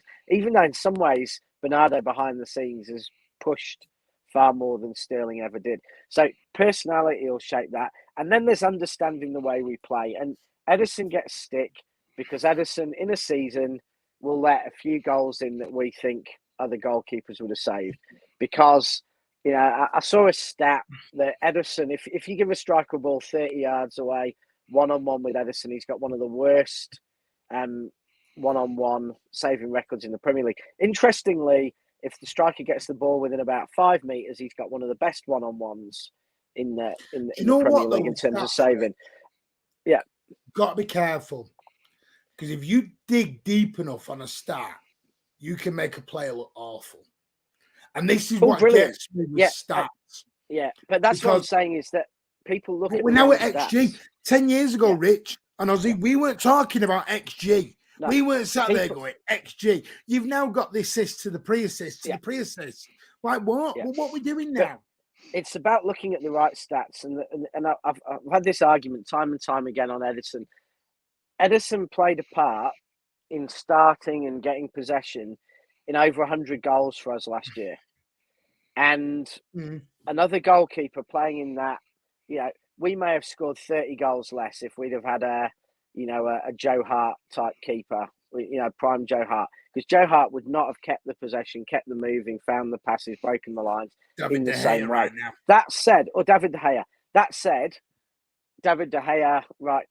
Probably not David De Gea right now because he can't save a bloody. No, but what I mean handbag. is, you look at Ten Hag. He's trying to do Pep football with a goalkeeper that cannot do Pep football. Yeah. Exactly. And if you do that, you might lose 30 goals you score, but you might, another goalkeeper might have stopped 4 goals we conceded. But the point is, as soon as you actually have a less good goalkeeper at keeping possession, the other team has more possession, they have more shots. So you may have a better shot stopper, but even if that shot stopper's, going to save 10% more shots, if the other team gets 30% more shots, you've still let in more goals. So I think sometimes it's based on people not really understanding football and the way we play, and not really understanding what the role of the keeper is. Same with our defenders. People who get stuck into Stones or Laporte. When at times when they've made mistakes, those players are taught and told and asked to take risky passes, to get through the lines, to launch our attacks. And a fan watching that will forget about the 25 times they've done it brilliantly that's led to 15 goals, and they'll focus on the one where the pass went wrong or they hesitated and lost the ball, and will focus on the one negative stat, not their 15 positives. And I think that's the danger with City, that sometimes, same with, and I think this is, I'm a huge fan of Rodri, but Rodri is not a Makaleli. He's not a Kante. He's not an out-and-out, almost like totally defensive midfielder. He's actually a passing, creating person. Yeah, but Rodri's role is to keep the ball and keep possession. And if you look at how many passes and the success of his pass rate, it's quite incredible. So he adds a huge amount offensively. I agree. Sorry to interrupt though, but some of them stats are 3-yard sideways passes. And I'm not digging Rodri out. I love Rodri. Yeah. I literally think Rodri is a really, really good player. Yeah. But it depends. You put it perfectly. Yeah. Everyone looks at him as a 6. He's a 6/8 or an 8/6. A 68, yeah. I think he is. I think, yeah. But I agree. Yeah. But my whole point is and that's why I like the Calvin Phillips. If you don't mind, we can sort of get into the Calvin Phillips thing. I loved that signing at the time because he will allow Rodri to so much have time and energy to build up and rest. If you're playing, for example, throw me a team who you might think reasonably. Southampton at home. No, Jesus, we didn't beat them. Crystal Palace at home. No, we got beat off them. Jesus, no, we got beat off them. Where the frig can I go here? Anyway, you know what I'm saying. All right, say you're getting Aston Villa. Besiktas in the group stage Stoke. or whatever. Yeah. Stoke in the FA Cup. You can say to Rodri, which we didn't do a lot last season, don't even be on the bench. See ya. Night off. Yeah. Go and take the missus out for a meal. See you later. Calvin Phillips, in you come. And there's not so much of a drop because Calvin Phillips ran the show at Leeds, playing murder ball under Bielsa. He's got a hell of a pass on him, right, left, foot. He can spray the ball around like a window cleaner does with his bucket and everything else. He is lovely with it. And that's where I think it will help Rodri. Because I think Rodri did far too much on him last season to do that role. Far too much. And to get my point about Cancelo and the fullbacks, that's where the fullbacks then look worse because with a tired CDM in front, he can't anticipate the danger. The fullbacks have gone. And that's why if you look, Tottenham, how did Tottenham beat us? bunk, balls Yeah. over the top into And dangerous that's, areas, down the you know, and I channel, think, bang. yeah, and I think that showed, you know, and this goes back to the original conversation. You know, you look at Madrid, and I saw a stat recently. I can't quite remember it, but it was talking about how many goals and attacks Madrid had when Kyle Walker was on the pitch in those games versus how much they got when he wasn't on the pitch, and that made a massive difference. I think one thing Phillips will offer, you know, better than Rodri is that Phillips has more energy. He's more mobile. He, you know, he's not so much out and out pace because Phillips isn't a really quick player, but he's much more of a hustler, and so I think he'll offer us that energy in games. But I think the point on Rodri, I think, you know, I've said it all last season because I think it's what killed our 2021 season, and in a way, what killed our Champions League final is that Rodri was overplayed, was knackered, lost form massively because of that, and we were suddenly at the end of the season in the most crucial moment without him playing well in that midfield position, and so we tried to play Fernandinho, we tried to play Gundogan. Yeah, someone's dog will have to wait till I'm finished in like 10-15 minutes. So I think that's what Phillips will offer. He'll offer us that energy. Yeah. Calvin Phillips. Yeah, I mean, like I said, you know, going on to his versatility, I think again, you know, I mean, he can. I think he's a kind of a bit of Roger, where I think he can play in that 6-8 role as well. Do you know what I mean? Because he can go forward and link up that play. And even when, you know, playing against Club America, you know, he was centre back. Do you know what I mean? And no one saw that coming, and I think he did quite well. Do you know what I mean? And you know, Club America weren't a pushover in that game, so I think it's just a brilliant signing from City, a very smart signing, like I said And earlier on. another player who used to play a lot more offensively. You know, it was Bielsa who really made him into that defensive centre midfielder. He in the younger days he'd fancied himself. I mean, it is a bit Pep trying to get, you know, 10 number 10s and a goal, well, maybe 11 number 10s into the side. I mean, it really, you know, there's definitely an element of that, because Phillips is another who's come back, you know, into the game. And the other thing I often wonder with Phillips is the amount of times Pep says, the amount of times Pep says about midfielders playing in central defence does make me worry or wonder if he's got other plans for Phillips. Matt, I'm going to move on from them because I know you've got about 15 minutes max left, Rich. Yeah. Right. Yeah. Let's get into predictions then. I think we could sit and do 5 hours on ins and outs. We're not always going to agree. And that's the beauty of football. We're all going to see a player in a different way, in a different position. But like I said, 50,000 people go to City and everyone's got a different opinion. And that's why we love football. Because it brings us together to talk like this. Where do you see Manchester City then this season? Start with you, Oz. If I give you £10 and go, hey, free bet, bang, go and put a position on.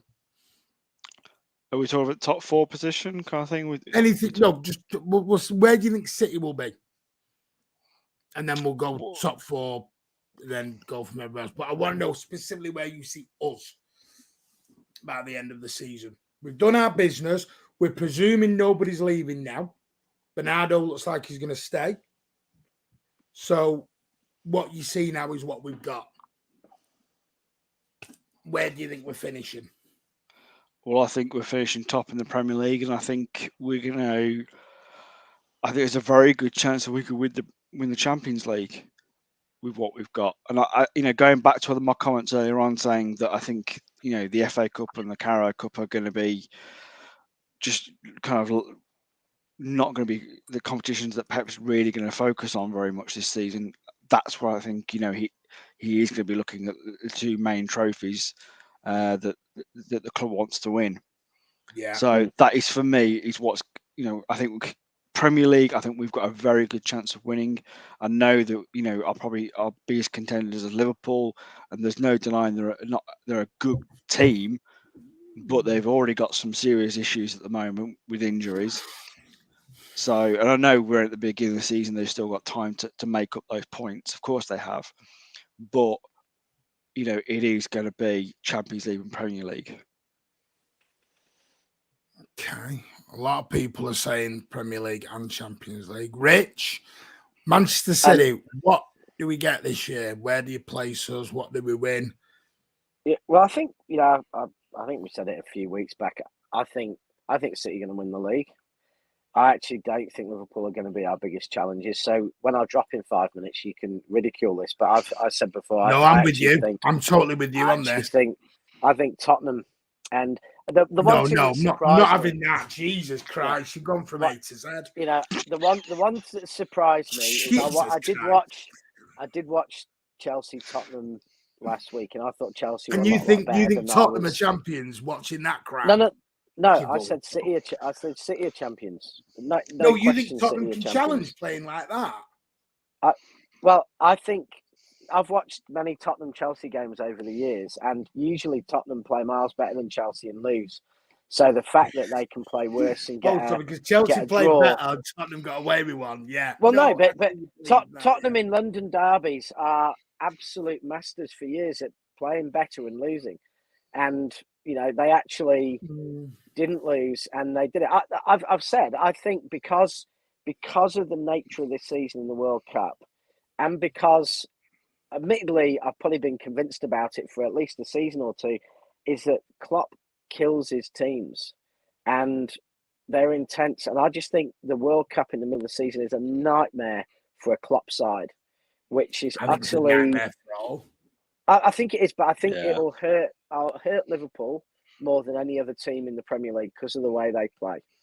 I think we can play games like we have the last 2 weeks where we don't get out of second gear and we conserve energy. I don't see Chelsea or Spurs using the same energy that Liverpool do. And so, I think City will win the league. I said Tottenham second. Chelsea surprised me. And that's how I think. I think Tottenham will compete, but I don't think they're going to be competing as in like Liverpool have 1 point behind us. I think we'll probably win the league by 5 or 6 points this year. But I think Tottenham might come second if Son and Kane stay fit. Okay. Do we win anything else? I think we'll win one of the domestic cups this year. And Champions League, Champions League, there's almost no point predicting because I think we've been the best side in the Champions League possibly for 2 or 3 seasons and we haven't won it. So I don't think us going into it being the best side is, which I think we are. I think we're big favourites for it and I think we should be, but that doesn't guarantee winning it. It's luck. It's a lot of luck. It's magic moments. So we should win it, but I wouldn't predict we would because there's way too much that can happen. Way too much. Okay, Aussie top 4. No, in fact, Rich, we'll do you to your top 4. You go. So I'll stick by what I think. I think this is what I said a few weeks back. That City, Tottenham, Chelsea, Liverpool. Liverpool 4th. Wow. Yeah. Okay. Liverpool are one game. Liverpool are one game away from a crisis. If they don't win on Monday night, the media is going to turn to Liverpool crisis. He's got a point. He's got a point. Crisis. Yeah. No. Yeah. Mate, your bottom 3. Who's going bye-bye? We'll come to Aussie in a minute. I'm doing Rich because I know Rich has to shoot. So Aussie has more time. Well, who's going bye-bye, Rich? Is it the big spenders in Nottingham who don't give a crap about UEFA's spending spree all of a sudden? Yeah. And giving everyone big, huge wages? No, do you know what? Love to meet. I can't remember who I was asked this a few weeks ago, and I think I did think Fulham, and they've started brightly, but you've got to say Fulham because they go up and down every year. Even with Mitrovic. Well, I don't know. We'll see. I did say Brentford, and and I still think Brentford. And let's go Don't for it. The say it, Regs, mate. they're going down. They're going Go down. on, you You know. can say it. Right. Who's your surprise package? Who's going to be the Surprise. team that just comes out of nowhere or has a better season than anticipated? Well, I think Spurs if they come second, but if you're talking a mid-table team, I think Spurs will be a surprise package because I think everyone's just assuming Liverpool and City, and I don't know that it might be quite that easy. I think Chelsea and Spurs might both surprise on the upside, and I didn't think Chelsea a few weeks ago, but I thought they played bloody well against Spurs from what I was expecting, and they might still sign. They're not done, are they? They're not done. The team that, and I don't know if they'll surprise because they might surprise by coming bottom, but the team I have quite a lot of, I think, are going to give some surprises and seem to be going for some mad strategy is Southampton. They're my surprise team. Southampton could be anything from 7th to 20th, and therefore they're going to surprise me somehow. They're my biggest disappointment this year, Southampton. I think they could be in. Yeah. I think they could be, as I called it earlier, the sewer rat of the league. I think they could be in a lot of problems this year. Yeah. I don't know where they're going to go. Right. Ozzy, top 4 for you? So my top 4 is Manchester City winning the league. I think Liverpool are going to come in behind them. I also think Chelsea will come in third, and I am pipping Arsenal for fourth. As much as everyone keeps banging on about Spurs and the business they've done, yes, it's been particularly brilliant. The thing that still kind of nags in the back of my head is Conte, because as much as he's a brilliant manager, we know how much he can just flip, and it can all go horribly wrong very quickly. Yeah, and that's the thing on Spurs is that Conte's the reason I think they'll come second. If he stays for the season, I think he's a phenomenal manager. He's a manager who's won, so I think it's 5 of the last top completed seasons in the top flight. He's won 5 titles. Jurgen Klopp has won 1 title in his last 10 years in top flight football. So Conte is so underrated as a manager. But if he goes, they've not got a chance because the thing that's my doubt about Spurs is that they're Spurs. Because Spurs are, they don't win things. They don't compete for things. They're the only team who don't win a one-team league. They've been a one-team league and they'd managed to come third. So what we're saying is Conte's either going to make or break Spurs.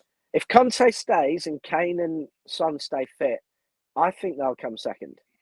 But Ozzy's right. If one of those gets injured, they lose a few games, Conte spits his dummy, they could be a club in crisis because that is Conte. He is brilliant, but he's not exactly stable. He's not like Klopp or Guardiola staying at a club for 6, 7, 8 years and being steady. He's like, I'll stay for 2 years, win a title, and then halfway through the next season, I'm going to blow up and leave. He's never made a legacy anywhere. And even in Italy, he's managed a couple of clubs to the title, and he's been gone in no time. Weeks and weeks. So I'm banking on him staying. Clearly, yeah. He's not a legacy manager, Conte. He's a money trophy dominating manager, and if he doesn't get the trophies and he doesn't get the tools to get these trophies, he does tend to fly down tools and walk anyway, out. But I apologise. I do have to leave. I've got 2 kids to take to school, so I will have to say goodnight and let you finish the conversation. Thank you very much.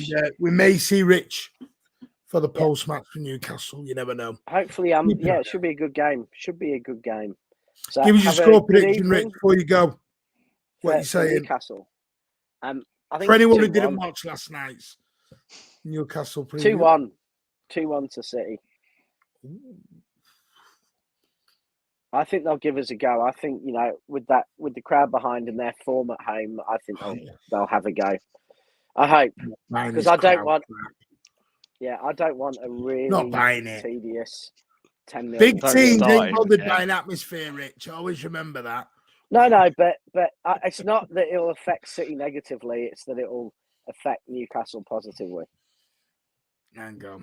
Let me just. Anyway. Right. Cheers, Right. Rich. Thank you, mate. Yeah. Have a great weekend. So, Take Rich. care. Take Cheers. care, mate. And thank you, let me everyone. just Cheers. Get rid of silly person in the chat who wants to be daft. Don't know where they come up with these idiotic chats. Anyway, I might as well do my top four, Anna. You had Manchester City champions by quite a margin. Wow, someone's being arrogant.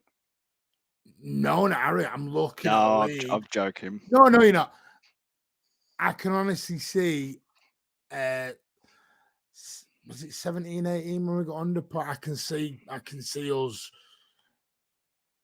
I look at what we've done. See, this is me who gave a 7 out of 10 on his transfer.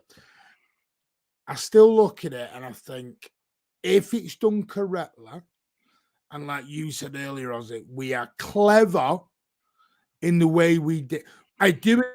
If we're going to forget the FA Cup, do it early. I don't want to get all the way to a quarter-final, a semi-final, travel everyone down to Wembley, and then we're in the middle of a Champions League, and he goes, tell you what, right, I'm throwing this off. No. If you're going to do it, just do it early. Yeah. Especially with the World Cup. Same with the Carabao Cup. I mean, personally, I've told you my views privately. I'd throw the kids out in the Carabao Cup completely. I would go Ortega, Wilson Esprand, Rico Williams at right back, and I'd just go with it. Finley Burns at centre back, and I'm sorry, I would. Yeah, no, I just think yeah, it has to be done. We've got to protect. Yes, it's a small squad. Yes, Pep likes a small squad, but we have to literally protect them. Wrap them in cotton wool. The great thing is Haaland's not going to a World Cup. That is so integral to this whole little thing. Haaland is not going. Haaland gets to put his little feet up. Well, size 12s or whatever he is. Put his feet up. Go and have a holiday somewhere. Because that's what will happen. The ones who are not in Qatar will go and get a nice holiday. Yeah. And even some of the ones that are in Qatar, maybe just stuck on the bench and not playing. And I've always said this. I'm telling you now, you'll suddenly get mysterious injuries appearing. Because if you've got players fighting out for titles, and they're going to be like, I know it's a World Cup, but I think this is going to be a World Cup like no other World Cup.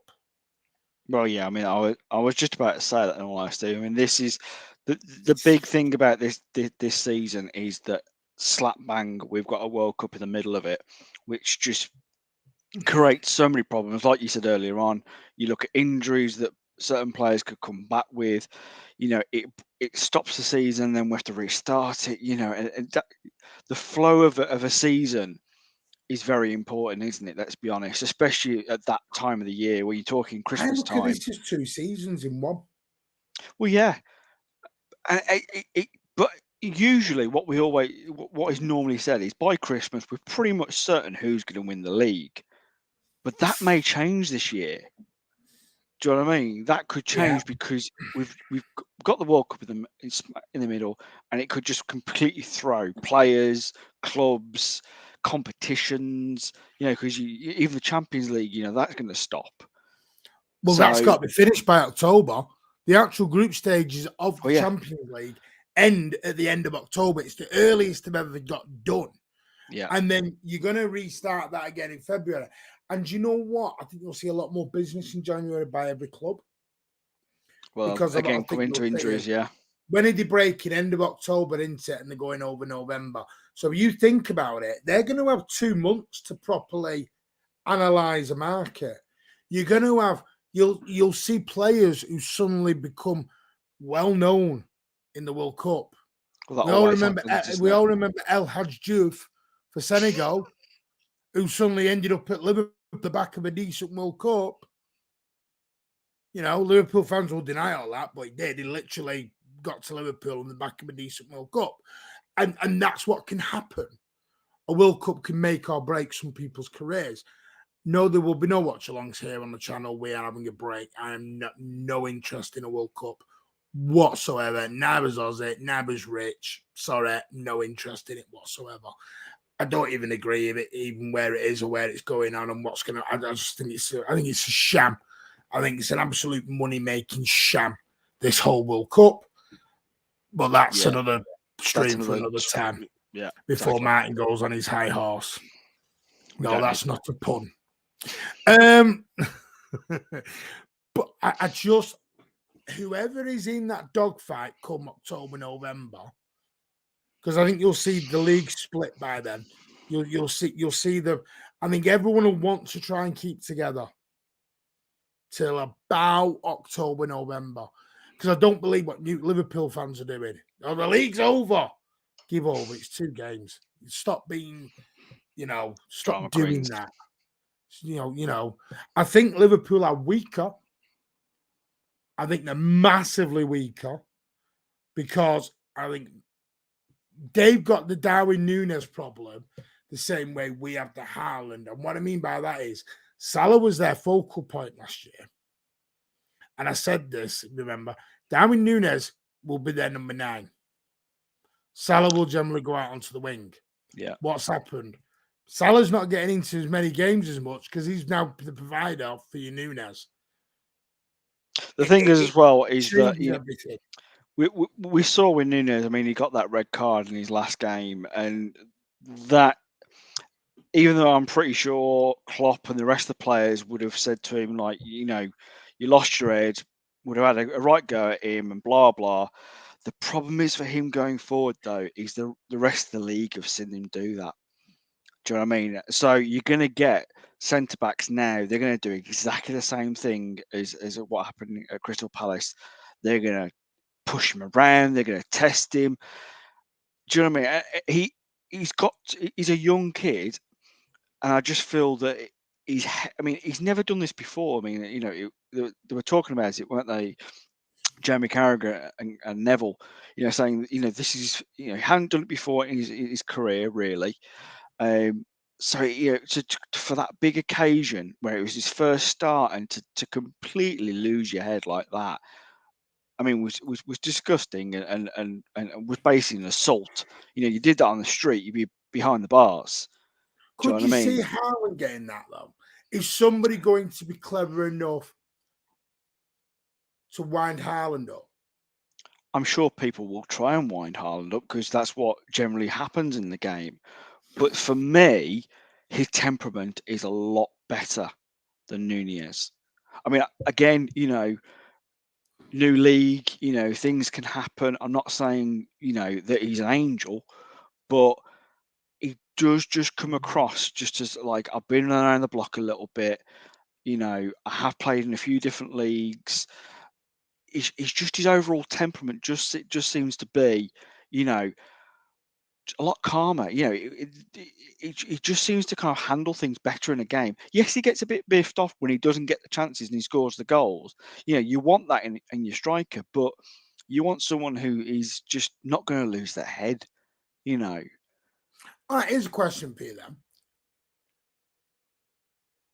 Is Klopp feeling the pressure? And what I mean by that is, and Yusuf, you might be able to tell me out here. Liverpool have been absolutely tremendous with us for 3 years, 4 years. But is when you try your hardest at something for 3 or 4 years, and you keep failing, in essence, of not achieving your goals. Because don't get me wrong, it's nice Liverpool have won an FA Cup and the Carabao. They want that Premier League. If you look at Klopp this year, he started off a bit antsy, a bit annoyed, a bit frustrated. Is it he's not backed in the transfer, or is it what? Or is it just the pressure of this whole chase? You look at Pep, because I tell you what, when we're all older and we're all wrinkled, I can't wait to read these books between Klopp and Pep and how they actually feel about this battle that they've had. Because there's going to be some cracking stories talking about how they battled all this, and very much the same way you Mourinho and Pep. So the whole point I'm getting at is Klopp just now finally getting the strain of the last 4 years of pushing so hard, working so hard, but overall failing. Yeah, I mean, you look at it, and that Liverpool team should have won more Premier Leagues. They just should have. Do you know what I mean? Because no one can deny, as a City fan, you can't deny that really and truly they're not a great team. They've got some world class players, but for some reason, they haven't been able to kind of edge City. They've come very close. There's been what a point between them, like there was last season. So, yes, I'm sure the pressure is getting to Klopp because he's probably thinking, really and truly, the thing is what really kind of upsets me sometimes is, and Bernardo Silva said this recently, didn't he? He said, City are not really getting the plaudits they deserve because, we've won, the Premier League back to back, over the last 5 seasons, last 5 out of 4, and it's very much that this battle between Klopp and Pep has been brilliant to watch. The Well, I'm battle going to leave between this on the screen, Ozzy. I think this is what you're alluding to now. yeah, and that's where I was actually alluding to that. He can win it. He can win the battle sometimes. Because obviously Liverpool have beaten us in games, but he Yeah. struggled to win the war. Do you know what I mean? And that has been like the biggest thing. And Yusuf has made a comment just before his latest one, but saying that the battle, the war's already over, and I'm just thinking you can't say that as a supporter of your club. I know I get Liverpool have got issues with injuries right now, especially at the back and then midfield, but that wasn't too long ago that City had that problem. It's how you manage. There's not saying that in 4-5 months time that we're not going to have that problem. We've just been talking about that we could have injuries coming out of the World Cup, so it doesn't mean that Liverpool can't come back into this at all. Because their injuries may have been Yeah. all better and they're ready to continue. We may be at a disadvantage that The Liverpool are things currently in. you should put I've heard this from Liverpool fans, the number 8, the number 8, the number 8. You spent 100 million on Nunes. You then dropped, whichever way you want to look at this, you dropped 80 million quid onto Salah to improve that contract, to get him to 380 grand a week or whatever it is. You dropped. So in essence, you've spent 180 million this window. We're never really going to get another 8 out of that. Where was you going to? 200-300? This is what Liverpool fans have totally forgotten all about the Salah contract. They were begging for that contract, and the only way he was ever going to sign was to put him on mega money. From what I understand, Salah's on more money than anyone at City. So, and over 4 or 5 years, 80 million quid. Great. I'm pleased they've got what they wanted, but that then comes at a price when you drop 100 million on Darwin Núñez at the same time. So, this is my whole point with Liverpool. It's funny because we said last year, a matter of 4 months ago, 3 months ago, City's achievement was big for me last year because Liverpool had the bigger squad than what we did. Yeah. What's changed in 2-3 months? It can't just be Mane's out the door because and Kate is injured and Thiago's injured. I mean, I had said aging squad. what has changed in 2 or 3 months? Have I missed something? Because we all said it on here, Ozzy. Their squad was bigger than ours. It was deeper than ours. Yeah. Have I missed something? Have I slept through something? What's happened? Yeah, I know exactly. It's a bit of a mystery to suddenly, why they're crowning foul so quickly. So, they have got the bigger squad right now. It's about managing it better. And yes, Klopp has played all those games, but he hasn't had the players, and he just hasn't rotated them better like Pep did and has, and will continue to do. I mean, I just, it's falling down the blame the owner thing, and it don't work for me. It doesn't, because this was Liverpool, who the media and the fans 3 months ago told everyone it was the greatest ever team. They were going to do the quad. They were doing this, that, and the other. And now they're conceding the title in 2 weeks, and Klopp's having. I mean, Klopp has come out with the 2 worst ever excuses I've ever heard in my life in 2 games. Come out with the pitch was dry against Fulham, and what was the one against Palace that he rolled out with? That just, I can't remember what it was now, but it literally shocked the hell out of me. And I'm like, come on, your players are watching this. Don't be so silly while you're going down that road. But this isn't the first time that Klopp has done this, Johnny. It's like watching AFTV. Yeah, I mean, it is. He's very much sour grapes with Klopp, because there's no denying that he's not a world-class manager, because he is. But he's coming up against probably the best manager since Sir Alex Ferguson. And I'm sorry, but there can only be one top dog, and for me, that is Pep Guardiola. And there'll be arguments from Liverpool fans, from every other fan, because we do hear it, that Pep isn't as good as everyone thinks he is, and he that was it. Champions League. Sorry, Ozzy, to jump in on you, mate. Oh, he blamed witchcraft, and I'm not kidding you. Yeah, that was it. That's not a piss take. He blamed witchcraft. Yeah. Sorry, Ozzy, and I had sorry there, but I had to, because I'm like, that's what I mean. As you lost it. Again, this is what he comes out with. Has Pep cracked him? The thing is the battle between him, Pep and Klopp, is something we want to see. It's we're waiting for one of them to go as well, aren't we? Really, who is going to blink first as in to leave?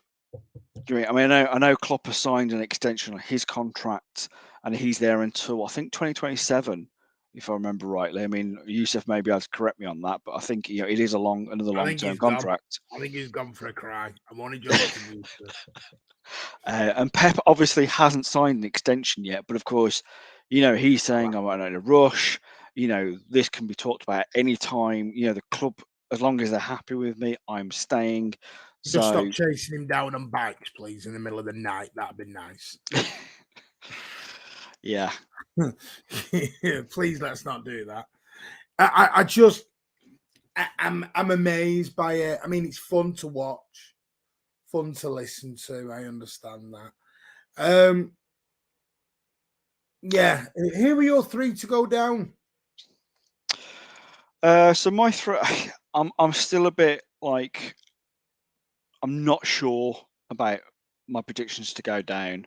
I'm very much kind of looking at the likes of Fulham. I'm kind of looking at Bournemouth, and I kind of look between either Everton or Southampton. Everton are in mine. And the reason I say Everton is that it's not that I don't think Frank Lampard isn't a good coach, because I think he is, because we've seen him, do well. I don't. I think he's dog awful. I don't think he's dog awful for me, I think the problem is he's coming to an Everton side which are in just absolute chaos, and we've talked a little bit about them before, and especially last season with everything that was going on. We've made comments about them, so I don't want to completely go into Everton too much, but I just feel that they got dragged into it last summer, and they've not really done that much in the transfer market. We know they've got issues with financial fair play and what they're able to spend right now.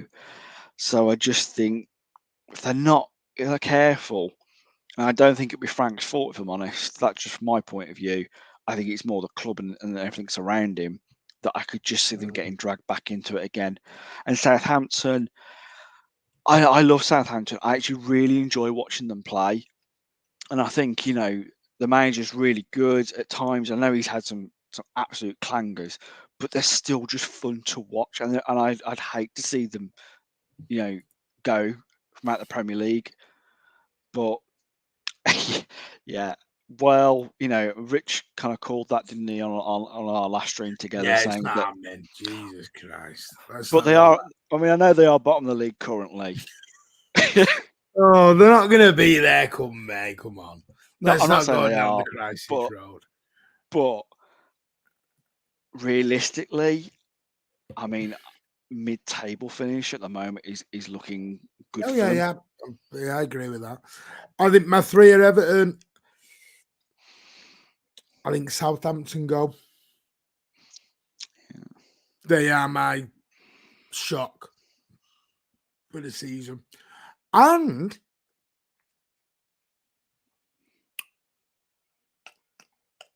my other one, I hope they don't, because I'd love to know. I'm not sure on Forest. The thing with Forest is that they have made a lot of signings, and they've had to make them for the reasons that, not just because they're just doing what Fulham did a few years back and just throwing money at the problem. They've had to do that because they had so many loan players last season. They had a very small squad anyway, so they've had to spend the money. But if you look at them, I think it's though. partly yes, but some of the signings they brought in are quite smart. I mean, I know people have moaned about Jesse Lingard and stuff like that, but he's still a very good player. No, not 300 grand a week though, player. Yeah, but I'm not bringing in money into this. I'm just bringing into the fact that he's a good enough player to kind of possibly, look what he did at West Ham. I think he's a good enough player to help them to stay up. I'm not saying they're going to be kind of like hitting mid-table or anything like that, but I think they've got this squad which I think if all the players can gel well, they could possibly hover, not being going this down. This is where the money comes in for me, Ozzy. They're not there because it's Forest. They've gone there for money. And when you do that to that extent, I'm sat there thinking, well, you just, it's like me winning the Euros and going, right, I'm house there, car there, and just going for it and not actually thinking about what I'm doing. Because when the going gets tough, that team won't unite and become a team. Hossam Aouar was the most sought after cam, number 8, number 10, for 2 years, a couple of years back. Yeah. He's just landed at the City ground. Do you know what I mean? Jesse Lingard at his pick of Newcastle, West Ham, rocks up to now. I know he's only signed a 1-year deal. That's my other issue. You look at a lot of these deals, the short term, because they don't give a shit if they go down because they can go. No, I don't think it's that they don't give a shit. No, I think it's more the fact that that's a sensible thing, because if you stick on, there's a possibility obviously them going down, because that's what happens to a lot of new clubs that come up, especially clubs that have been out of the league for a long time. That can happen, but I think the smart thing to do is to put these players on a short-term contract, because if you do go down, you don't want to keep these players in the Championship on the high wages that'll be. So that's a smart thing to do. That's what Fulham didn't do previously. They had all these players come in on high wages, and they went down, and they were still having to try and get rid of them at the last minute, and some of them they couldn't, and they were, and that's where they got themselves into a bit of a mess. So, of course. You look at the likes But of yeah, Brentford, you look at the likes of Leeds who have come up. A lot of people predicted, they would go straight back down, and they stayed. that's You know, how you, we are just predicting it. But hey, listen, we had yeah, crystal balls. I'd be down the bookies tomorrow. I'm not even a betting guy, and I'd be no, down there exactly. sticking my money on. You know what I mean? If we were all, we're just literally debating on what we can see in front of us, and sometimes it gets a bit heated, but that's what we like. Yeah, I mean, Like I what? said, we're not here to all agree with each other, but the one thing I think we can all agree on tonight is Manchester City have had a one thing me and Ozzy actually said, we did agree on this, shock horror. We said this could be a very interesting summer window, and everyone sort of went against us a bit and was like, yeah, I don't think, because you remember we were having that chat, weren't we, late night, and we were like, it could be very interesting this summer. And I don't know Yeah, why we were just thinking it could be time for an overhaul. And I I think think, we've sort of done part one of the overhaul. yeah, I think January to next summer will be part two of the overhaul, which obviously gathers the question when people say Pep can't rejuvenate and rebuild a new team. Well, he's proven he can. You just have to do it in a very astute, clever, strategic manner. And we've not even mentioned him, but Bernardo Silva's stayed as well. Still dubious on that until the only reason I'm dubious on it is because I know a player can be wanting out the door for 2 years and then suddenly turn around and sign a new contract. That's like, what? Well, where have you gone with that? Completely yeah. that is. Well, it But was only then I today that realised he's 28 as well. I didn't yeah. even realise he was that bloody old, if I'm totally honest with you. Well, he's only just I turned was 28, hasn't shocked. No, but that's his next move or next contract is his last big one. he? Well, That's your yeah, and main big one. yeah. But So the thing is, was like, this a ploy? I don't know. well, today that PSG came in, didn't they? And we're looking to put in I think it was near 60 million, which obviously City were just like, no way. You're right. As long as we won't feel easy until the transfer window shuts and Bernardo's still here. Oh no, I think he stays. Oh, I do. I mean, I there's, don't there's know where the contracts come from.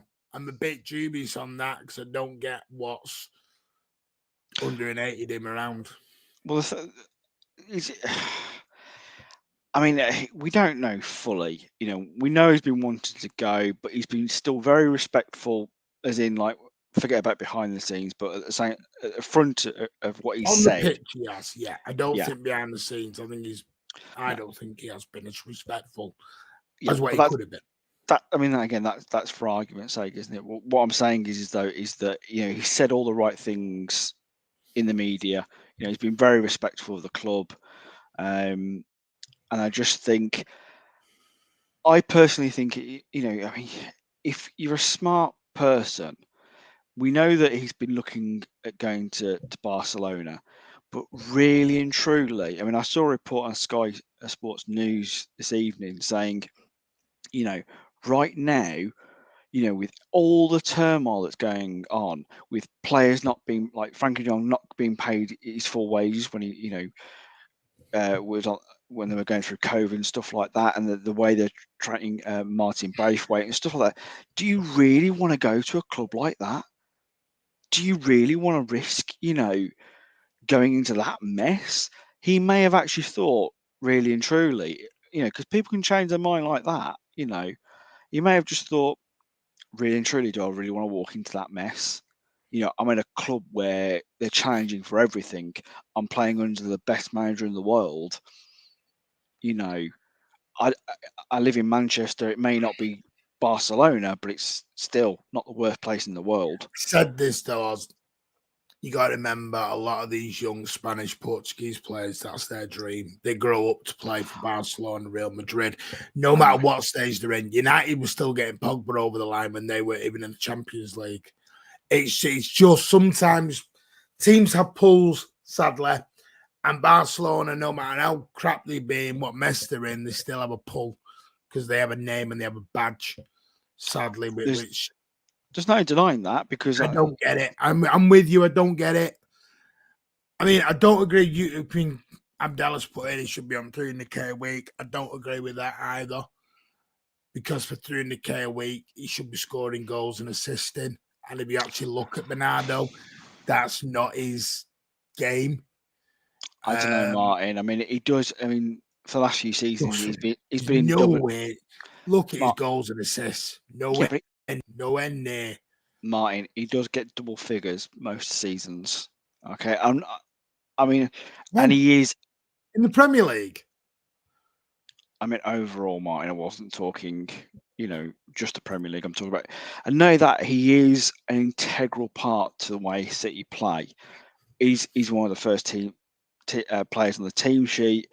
He has been the player the last 2 games, and we've struggled. Martin. Let's not get ahead of ourselves. Okay, 2 games into a new season. I'm talking about previously. Okay, I think he is worth giving an extra bump in a new contract. Oh yeah, no, he's worth a bump. I wouldn't have him anywhere near 300 grand. I think 200's probably where you go with it. In all honesty, I think you need to be looking at that ballpark figure, because this, as you've just said, but what ballpark? 200, 300? Close to 3. So he should be on more than Foden. Yeah. No chance. Foden brings so much more to the team than Bernardo Silva. I think he's got the potential to do more, but right now, as one of those key players, 28. So I'm saying 28. Yeah, Martin, he's 28, but he's on a 3-year contract currently that goes into this year. Okay, you sign him for an extra 2. You're still getting a very good player at not a bad wage, really, when you think about it, who's a key player for City. Oh, I'm not. Listen, I love Bernardo. I think he's amazing. But what I did this week, I went back and looked at proper stats and figures when people were talking about his money, and I started looking, and his stats are actually not up there with the best. They're not. His running is. Passing is good, but it's like I put it, he's the assist to the assist. He's the assist to Kevin De Bruyne to the goal. Yeah, but sometimes you need that type of player, though, that influences the game in that midfield but when you start talking 350, you've got to add a bit more to your game. If you look, David Silva never got 300, got 220. Yeah, but again, I mean, things change. The prices of players go up and the prices of wages go up, and you could talk about salary cap right now, but we're not going to. I think you've just got to be the way things are. You've got to play what players are worth. No, it's just an opinion. I don't think he's that. I don't think he's KDB money anywhere near it. I think you have an argument. Does he deserve a bump? Yeah. But I want to see more out of him to start asking. But saying that, you then got the argument on Grealish. But it's a funny. It depends how you want to look at it. It really does. Listen, I love Bernardo. Like I said, I think he's fantastic. Runs all day long. But honestly, I went away this week and I thought I'm going to break it all down what he does. And it shocked me a little bit. I thought he scored more. I thought he assisted more within games than what he did. But listen, and plus, I am a bit pissed off with him. I am, because I think him and his agent have played fiddles for 2 years. For 1 year he can do it. 2 years, I think he's played at the fiddle. Could have shut his agent up all day long. Could have, but we have to talk about the footballing world. It's not the reality that the rest of us live in. So we kind of have to deal with what we've got. It's a crazy world when you really look at it in the football world. That they're not on the same planet as the rest of us, and that's just the way it is. I mean, I think going back to really kind of like the main question of this is that I think we've had a really, really good window. I think it's been a brilliant transfer window this summer. I'm looking forward to next summer's as well in seeing what's going to happen there, because I think with the net spend that we've saved, I think, like you said before, with City getting the books in order and stuff like that, they're going to have to come out and spend big again, and they're not going to be able to sell the players like we have this summer. We know the likes of Gundo, possibly Bernardo, but we're going to have to replace or look to replacing certain players like Gundogan, like Walker, and stuff like that. So, it's going to be interesting next summer who we look to bring in. I know who I am looking for that midfield, and one of my targets has gone to Wolves only today. So, and that was one of the targets that City were looking at, and now he's signed for Wolves, and it'd be interesting to see how he plays with Wolves this summer. But that's a potential target gone now. So,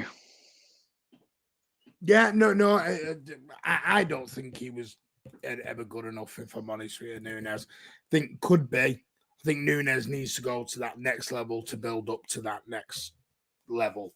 If you know what I mean, they need to take that step. I know Liverpool cooled their interest completely, and they're desperate for a midfielder.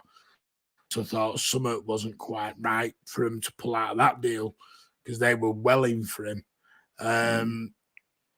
So I suppose we'll say, let's get in some comments. David Silva was often the assist, which, Mel pointed, brilliant, best player I've ever seen in a City shirt, but never hit the big wages. Never became the big top boy, if you know what I mean, wage-wise. And that's all I'm talking about, is the bump. Bernardo deserves a bump. Does he deserve KDB and Haaland level bump? I don't think so.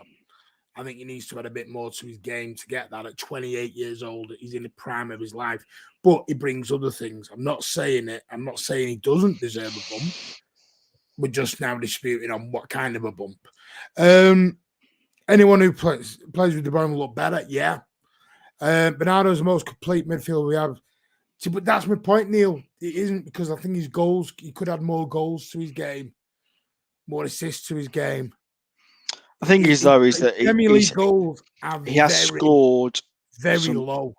Yeah, but he has scored some crucial goals for us at times. So's Cancelo. This is what I'm saying. I'm not disputing it, but what I'm saying is, Ozzy, for a Bernardo Silva, I expected more goals. I didn't realise they would be that low.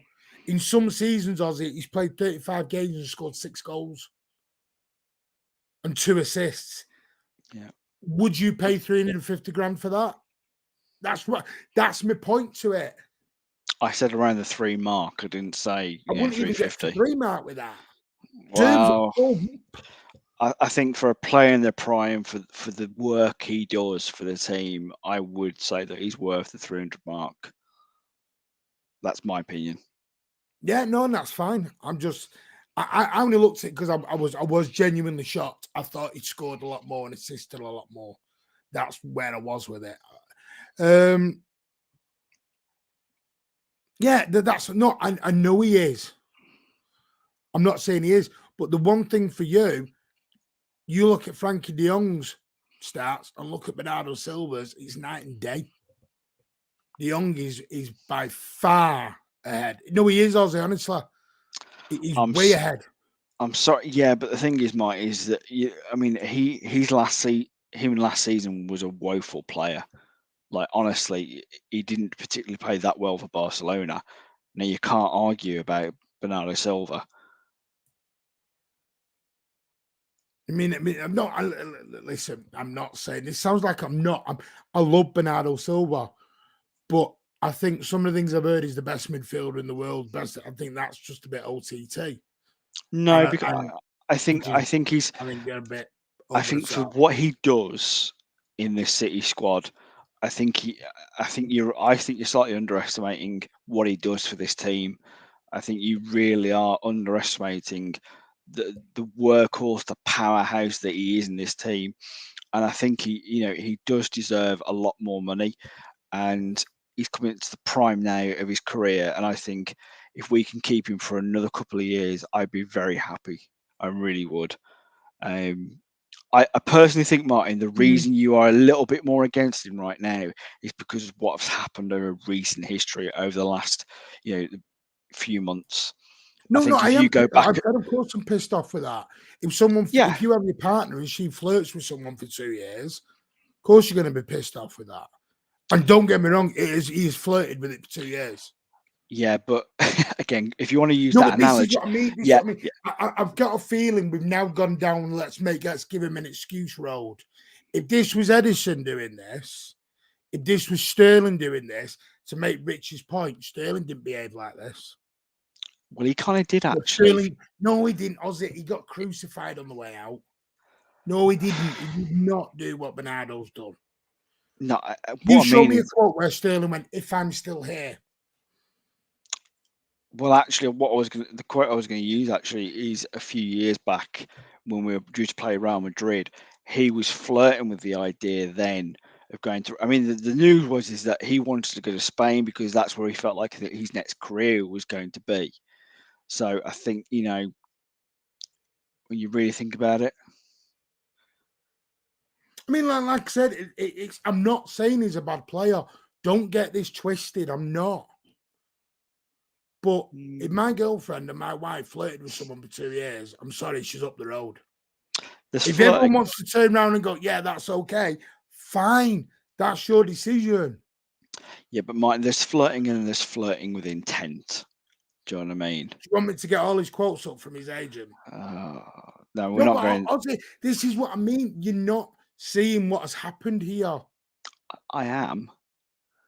So it's okay. He's off the hook. I didn't say he's off the hook, but I think at the end of the day, it's what he does on the pitch that matters for me. It's, as long No, as he continues to play his game and can act professionally on the pitch, I don't care, Martin. Honestly, about the drama, I really don't. I mean, McLovin, fine.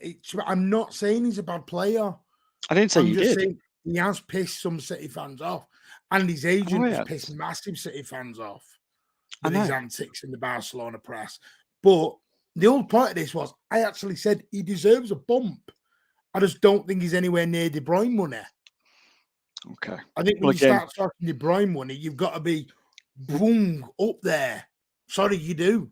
De Bruyne's breaking all-time assist records. yeah, but Do you know what I mean? That's what I'm saying. I know. I know. Two different players in some respects for me, but Here's a question. anyway, All right, here's a question for you. Sterling was scoring more goals than Bernardo and was creating more assists, but he got hounded out the door and wasn't given the bump that he wanted. But we all said we agreed with that and it was okay. Do you see what I'm saying? I didn't agree with that. I thought he should have been given the bump. I think he personally mine, and I was saying this, you can go back for the records. I said it was a big mistake that we've let him go. No, I I think know he you should. did, but I didn't feel Sterling deserved the bump to KDB money. I think he did. I think for everything that he's done So for the club, like I said, I know there's going to be some people who say that don't agree with me. That's fine, but in my no, it's an opinion, opinion. It's just an opinion. The trouble is, it comes back to what I said. Sometimes we have to be careful on players because you say something against certain players and it's World War III and it's you hate them, and yeah, it's not. If you actually pick, like you said, Ozzy, I'm not slagging him off. I'm just saying, I'm said get a bump. We're just disagreeing about the semantics of the bump, really. of course That's it what we're is. saying here, Yeah, and that's but fine. again, there are always people who are going to have their opinions against certain players. Like we know, like the likes of Mahrez gets his critics. Maybe not in the last season, but before that, he was getting criticised left, right, and centre. So yeah, Yeah, I know, I get you. I do get you. I think Man City fan. I don't know. Is he a Barca fan or a City fan? I don't know. Listen, Alex, not about who's right or wrong, mate. It's whoever agrees with me, fine. They agree with that. Some people, I'll get comments underneath this video. Martin, you're off your tree. which You're it off your usually is. rocker. And you know what? That's absolutely fine. Not a problem. But it's just what it's all opinions. Like Sean said, he runs, and I get that. See, this is the problem. Stu. I've said this debate all along. Stats can be very shrewd and they can be twisted Yeah. into very certain arguments. I I mean, get that. I know like that. I said, most people would choose KDB over Bernardo, and you're right, a lot of people would. But we have talked about KDB in the past having his flaws. Do you know what I mean? There are times where he's gone missing in games, or just hasn't really done what we expected of him. So, there are times I think it's a very much a kind of a lot of fans have their favourites, and obviously KDB is a big fan favourite. But again, Bernardo Silva. Yeah. So I think that's a difficult one for people to kind of slice. Do you know what I mean? Because for me, they're two different players who do two different jobs. Okay, and they're both world class in that respect with what they do, because they're not the same player. Okay, Bernardo does one job, KDB does another, and they're world class at both at what they do. For Yeah, me, it's like this is how stats are weird. I said about Foden earlier. Foden's got 99 appearances in the Premier League, by the way, 25 goals and 14 assists. Bernardo's got 168, 29 goals, 28 assists. yeah, So that's how it's just. I suppose it all just depends what your class is, what you're bringing, and everything else. This is why David Silva will be the greatest player ever. But trust me now, David Silva got shit off City fans going, needs to score more goals, needs to shoot more, needs to do that more. yeah. So I just think, yeah, Ozzy's got a point. I'm pissed off with him as well. I think there's a few City fans peeved with him. I know Rich is. Others will forget, and move on. And again, that's fine. I'm a person who's willing to give Grealish time. I know people are willing to tell Grealish out the bleeding club for 50p. I get it. Because again, might throw an argument. Well, Grealish is on nearly 300 grand a week. I don't agree with that. I think that's stupid money. But it is what it is. It's these have got bleeding good agents, clearly. Anyway, bloody hell, they're back again. Let me just get rid. I think Jesus we're getting close to anyway. wrapping up anyway. Let's be honest. Yeah. So Anyway, big thank you to everyone in the chat. Charlie, we need to get some mods. I thought FIFA was a mod. Are you not a mod anymore, FIFA? We'll have a chat. Me and Ozzy and Rich will have a chat about making some mods because it would actually be easier than us a lot trying to do comments, do this and everything else. Alec Johnson, you naughty boy. But yeah, we'll have a chat. Charlie, your name is definitely in the hat for me to be a mod. We are going to look at different people who are regulars. To be a mod, we would like you here on a regular basis, to be fair. No, there is no watch along. I'm not saying there won't be any watch alongs at all anymore this season. They may do, like if there's a cup final or whatever. I'm not at, or if I am at. But 9 times out of 10, there's no watch alongs because I watch the games with my dad. As I said, he's sadly very ill, so I want to spend some time with him. That's all. But other than that, big thank you. Listen, we can argue, we can debate, but it's the beauty of Manchester City. But Ozzy, before you go, predictions. what was that? Predictions for Sunday? For Sunday. Yeah. Yeah. I mean, it's all been kind of very kind of Newcastle and are coming up and blah blah. I think potentially they could be getting up to in the top 10 this season, but I just still think they're not that team just yet to kind of. I mean, surprises can happen. Obviously, anything can happen, but I just feel City are the better team, and City should be winning it by. In my opinion, I think you could be looking at like a 3-0, 3-1. That's the way I look at this. Look at it really. I don't think we should be losing to them right now. I still think they're a team in transition. They've brought in some interesting signings, some sensible signings, but not the signings I expect to kind of really give City a problem. So, Yeah, that's my Yeah. prediction for Sunday. I do get it. What I'm just putting in the chat is very. I don't know if you can make it, Ozzy, but whether you can, it'd be great to have you on with us. Join us tomorrow on PD Proudlock's channel at 6 p.m. where I will be giving, or if Ozzy wants to come on as well, or whoever wants to be there, be me or Ozzy, one of us, if not both of us. 6 p.m. tomorrow over on his channel. Look it up on YouTube, and we will give the Manchester City's perspective to the Newcastle fans. Should be a good one. We'll find out who we got asked during the week, and we have got some really interesting topics coming up that you will not want to miss. Please give it a like, give it a thumbs up. Please share it around to everyone. I know we're not the most loved Manchester City channel, but share us around. We are a community. We are a family. We are on a march to 1,000 subscribers, which will give you, the Mancunian Way family, a lot more opportunity to get involved and help everyone out. That's what we want to do. If you are in the Fantasy Football League, by the way, I'm now nearly first. I'm good. So, yeah, I'm bossing it at the moment. We're nearly 100 points last week. So, yeah, enjoy. We'll keep you updated as we go along. But, yeah, everyone, have a lovely weekend. I'm back tomorrow on PD Proudlock. We'll be back on Sunday with the post-match to Newcastle, Manchester City. Probably will be a late-ish one.